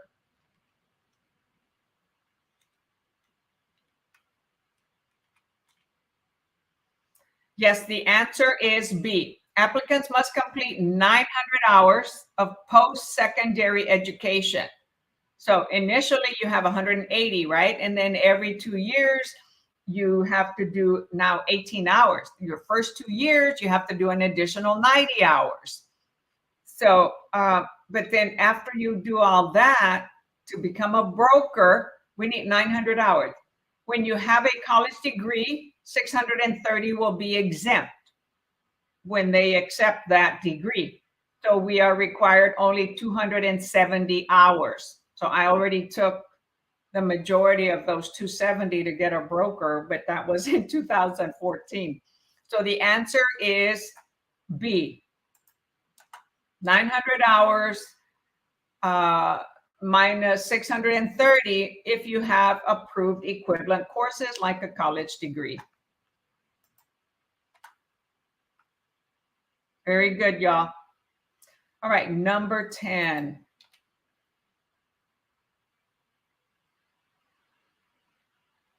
It goes crazy when I minimize the screen, huh? All right, number 10. TREC, Texas Real Estate Commission, know your acronyms, may waive a broker's education and experience requirements if, so TREC may waive a broker's education and experience requirements if A, the applicant earned a master's degree in real estate, B, the applicant has a licensed attorney for 2 of the prior 4 years, or was a licensed attorney. C, the applicant was a broker for the prior 2 years, completed the CE requirements, and was active for 2 of the prior 4 years. D, the applicant was an active sales agent for 4 of the previous 5 years preceding the application. So TREC may waive a broker's education and experience requirements if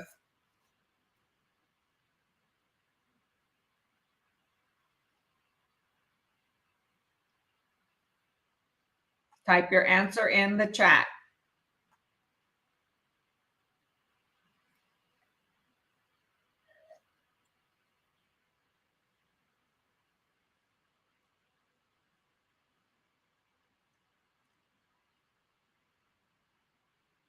So in here, you know, they're saying the broker maybe was inactive, okay, and then came back.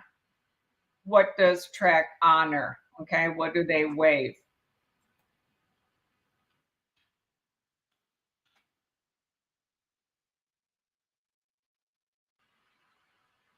It is not A, Alida. Take another whack at it or another attempt. Earning a master's degree in real estate doesn't waive a broker's education. Okay, remember, in order to become a broker, we first have to be a realtor for a certain number of years, that is 4 years, and completed certain types of transactions and additional education. So it is not A. See, licensed attorneys, in order to be a broker, they also have to get their brokerage classes. So just because they're a licensed attorney doesn't mean they get a broker license or a real estate license. So that leaves us with C or D.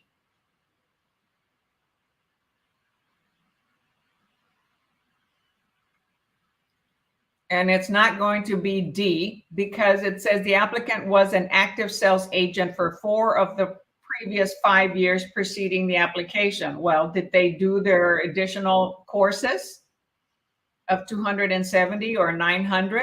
Doesn't say that, right? So the complete answer is the applicant was a broker for the prior 2 years. Okay, prior to putting in their application, completed the continuing education requirement, and was active for 2 of the prior 4 years. Okay, so if their license was inactive for 2 of 4 years, then they're good, as long as they were active for 2 of the prior 4 years.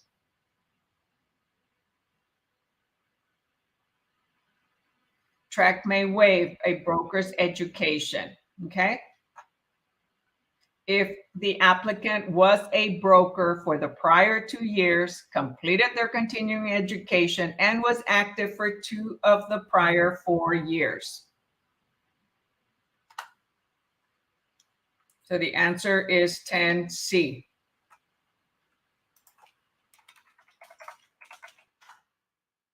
Hey, you all, for those of you still here, that's awesome. You're committed to passing this exam. That's great. And I'm committed to helping you pass. And here we are on Easter weekend. Awesome. I'm so proud of you for being here. Number 11. Let's see if I enlarge it, if you get to see a bigger screen. Well, kind of.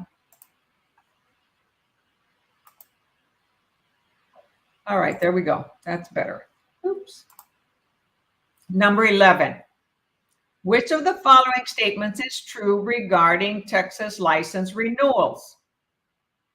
Which of the following statements is true regarding Texas license renewals? A, licensing must renew every 3 years. B, all licenses expire on December of 31st of even years. C, TREC distributes a notice to renew 3 months prior to expiration. Or D, timely application must be received no later than 30 days before 30 days following expiration. Can we let it expire? And if so, in what conditions?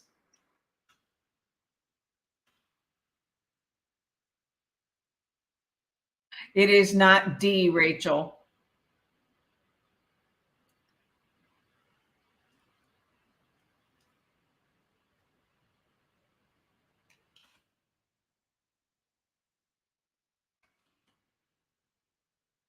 You're very welcome, Ruth and Elida. And you all, I'm so proud of you for being here. This is what it takes: dedication to study, understand the material that you're going to be using to help people.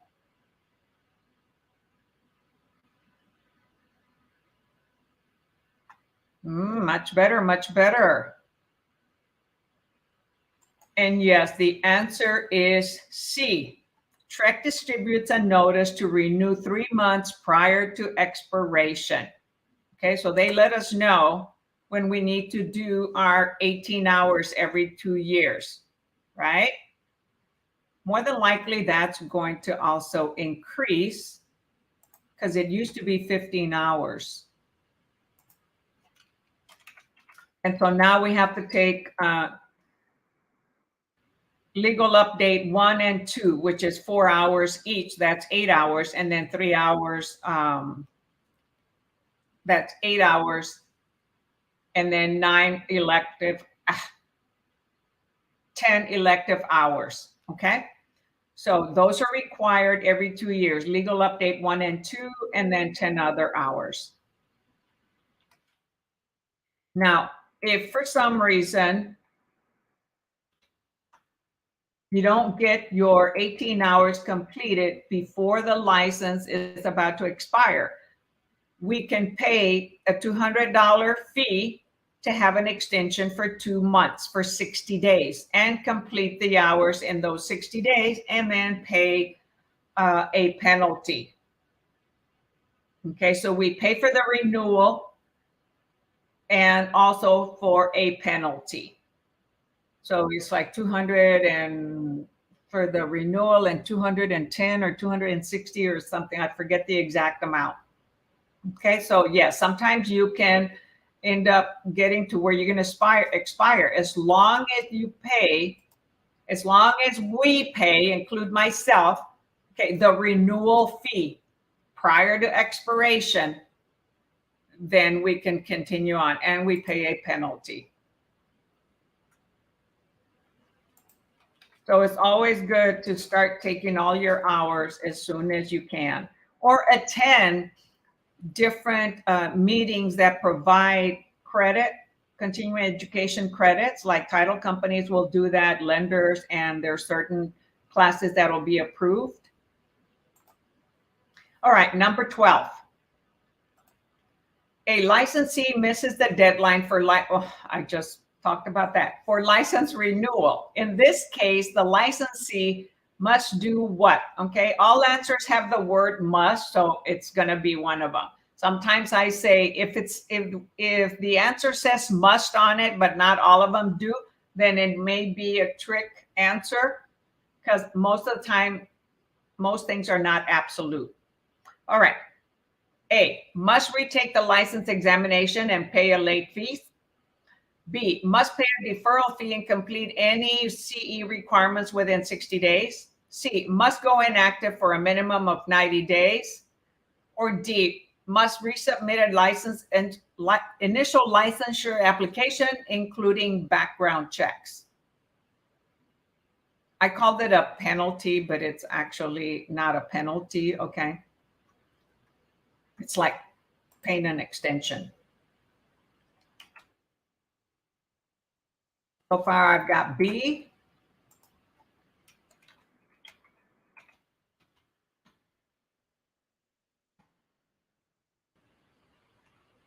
Anyone else? You can't see the question. Huh. Well, I can see it on the screen. Not sure why you can't see it. Are you on your phone?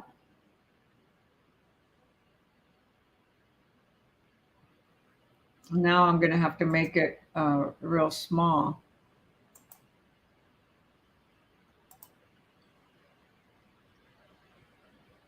Okay, there you go. So the answer is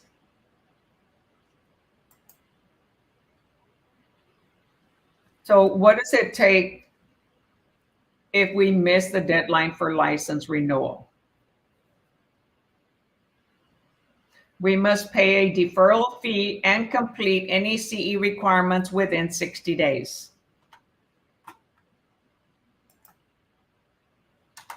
So it's like, you know, an extension. We're allowed 60 days once we pay that deferral fee and the actual renewal fee.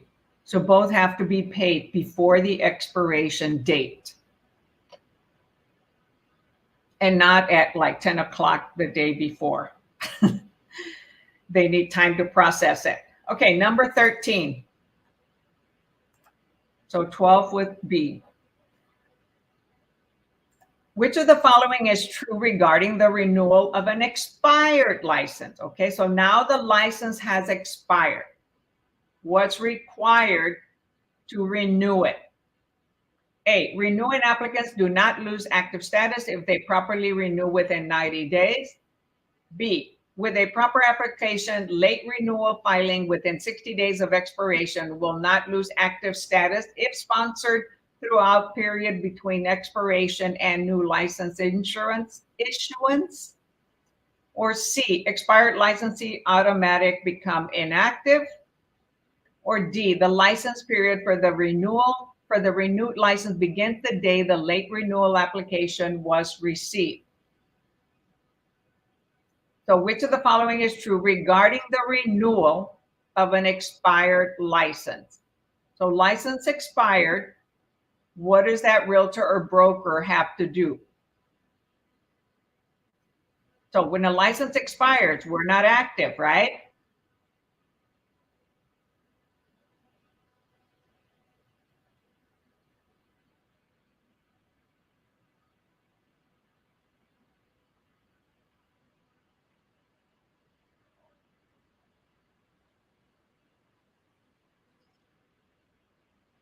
Type your answer in the chat.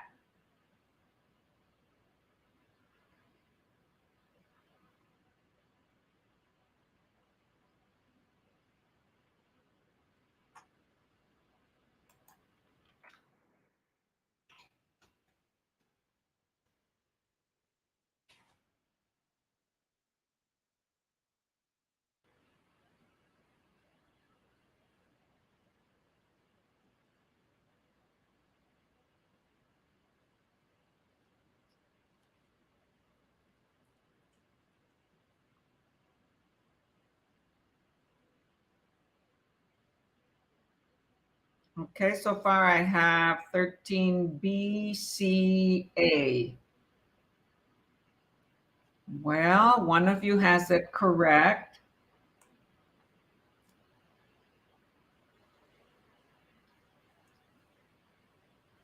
It is not A. Renewing applicants do not lose active status if they properly renew within 90 days. No. Remember, it was 60 days that we get a deferral. We get when we pay a deferral fee. Okay. But this is talking about an expired license. So if the license is expired, okay, we're not active unless we did something like in the previous question. So the answer is B.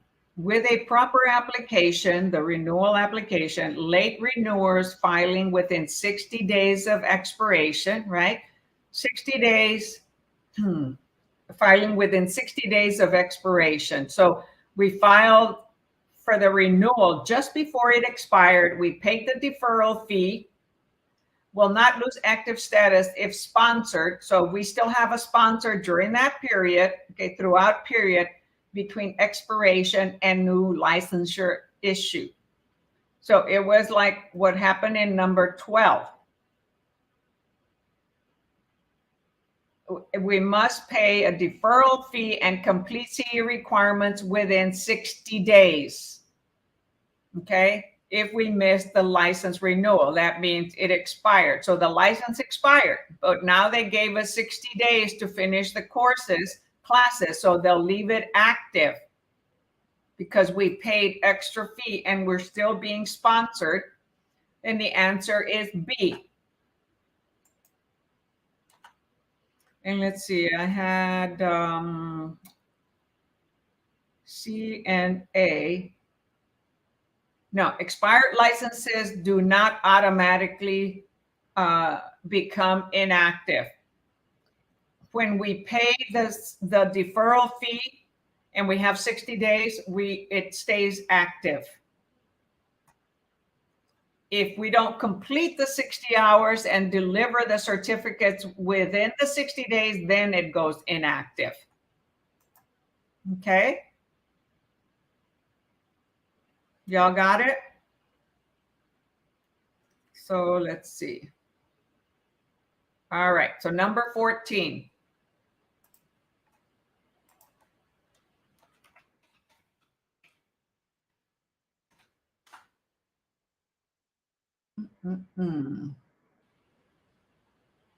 Let's see if I do this, if it'll show all on one page.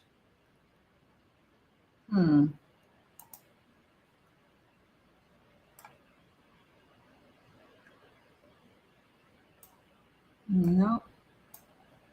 Let's see if that works. Okay, there's 14. Licenses can become inactive for many reasons, 3 of which are listed below. Which statement does not trigger an inactive license? So 3 reasons, okay, can cause the license to become inactive. One of them below does not trigger an inactive license. So which one is it? A, the state changes the education requirements for licensees. B, the sponsoring broker moves to a different state. C, the broker goes bankrupt. D, the licensee applies for inactive status. So which one does not trigger an inactive status?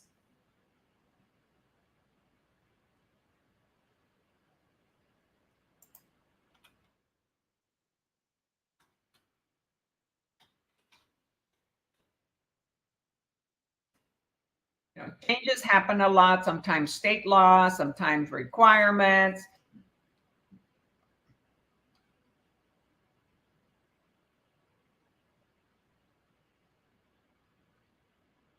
Type your answer in the chat.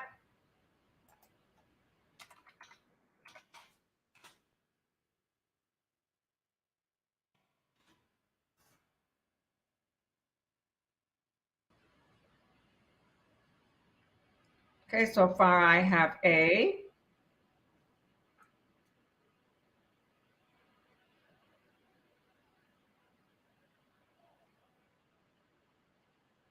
It is not B.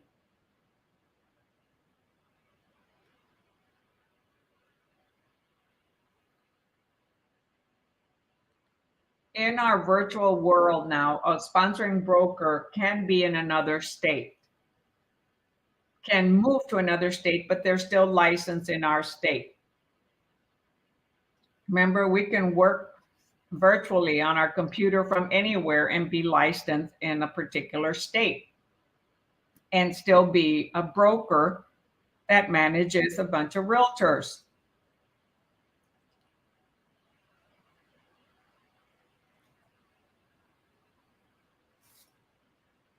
The answer is A. The state changes the education requirements for licensees. So if we were not provided sufficient time that there will be more hours required, then it does not trigger inactive license. They will provide sufficient time, give notification and time to complete those hours.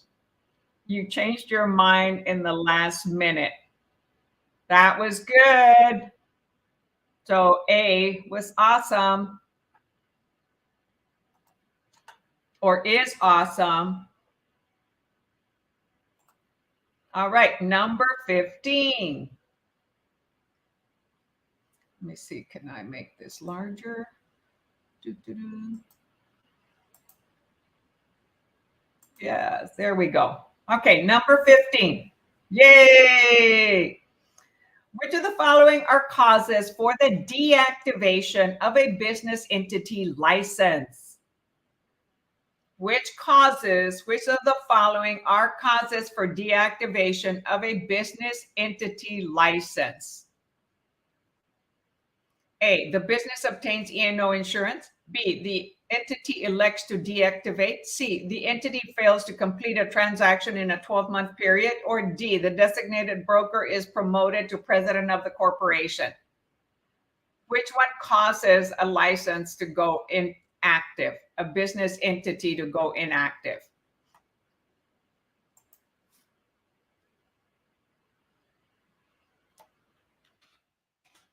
It can be forced upon or it can be voluntary, right?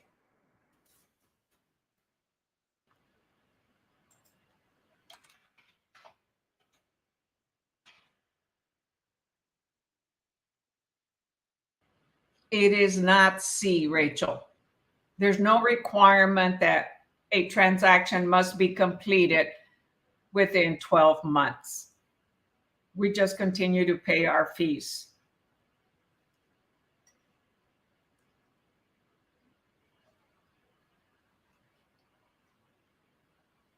And it is not D.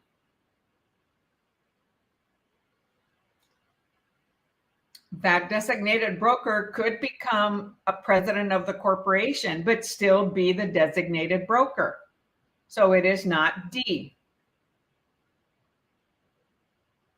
Look at B. The entity elects to deactivate. We get E&O insurance at our brokers by paying an E&O fee for every transaction. Some brokerages allow it, but then your cap is higher. So B, the entity elects to deactivate. That's the only one. Following cause for deactivation of a business entity. So that entity decided to deactivate their license. Oops. I meant 12.15B. Y'all get that? Did you get that? Yes, B. Awesome. Most of them that show on there are mine because I'm posting them on StreamYard and also on the Facebook group. All right, so that was 15 questions and answers reviewed. and torn apart so that you can better understand what words can trigger you to answer it correctly or mislead you to answer it wrong. And that's how you want to break down the questions and the answers when you're studying. Break them apart, tear them apart, and really pay attention to what they're asking in the question. When we read the question correctly and understand, we will more than likely select the correct answer. Any question that you don't know, click it for review and come back to it later.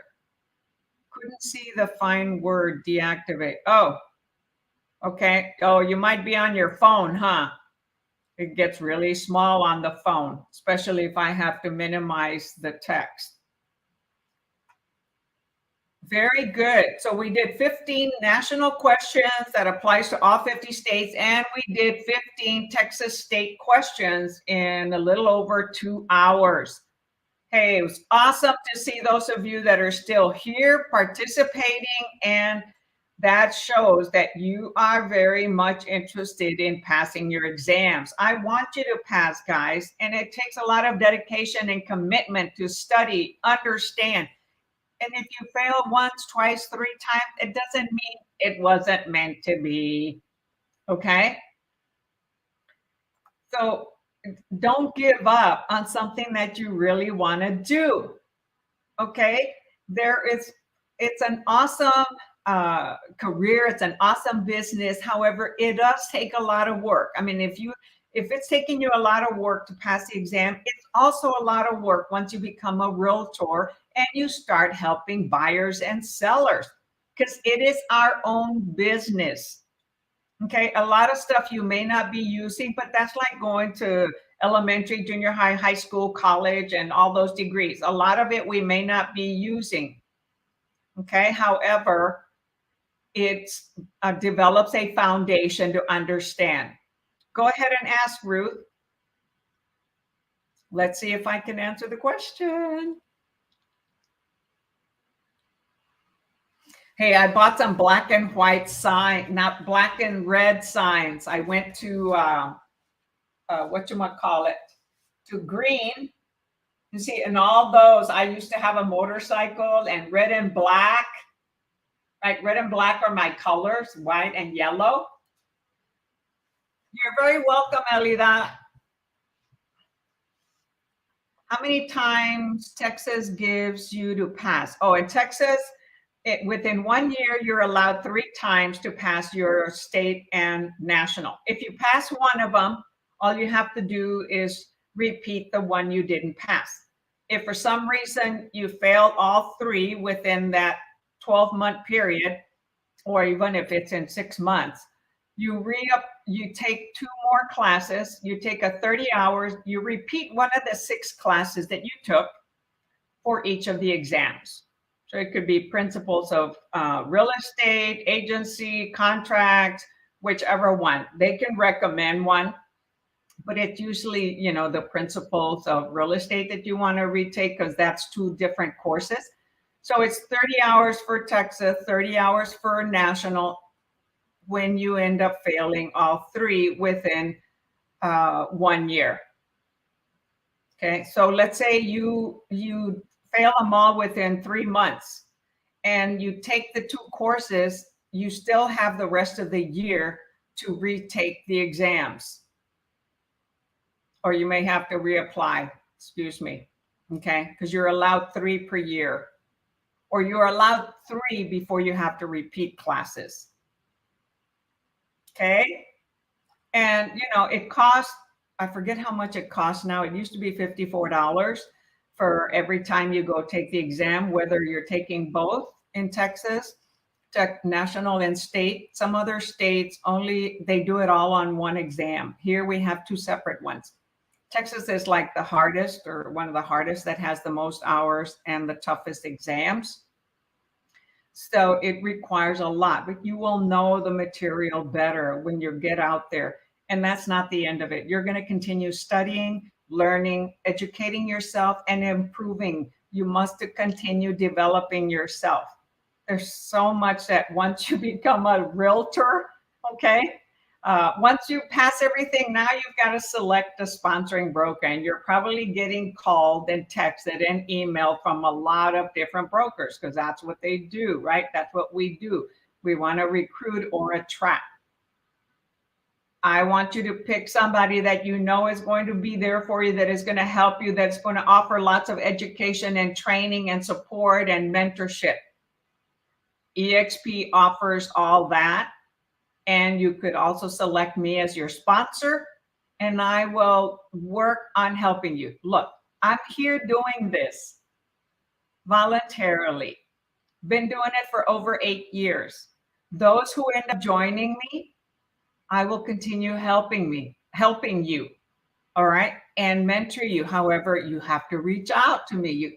I can't force you to do something, right? You can lead the horse to water, but you can't get the horse to drink. All right, y'all. So thank you for hanging in there, okay, for over 2 hours, for those of you that you did. And take a break, enjoy the day, and study some more tonight or tomorrow. I know it's Easter, but hey, you want to get something, you commit to doing it every day until you get it. Get it? You got it. So pass that exam. Wham it. All right. Catch y'all later. Until next time.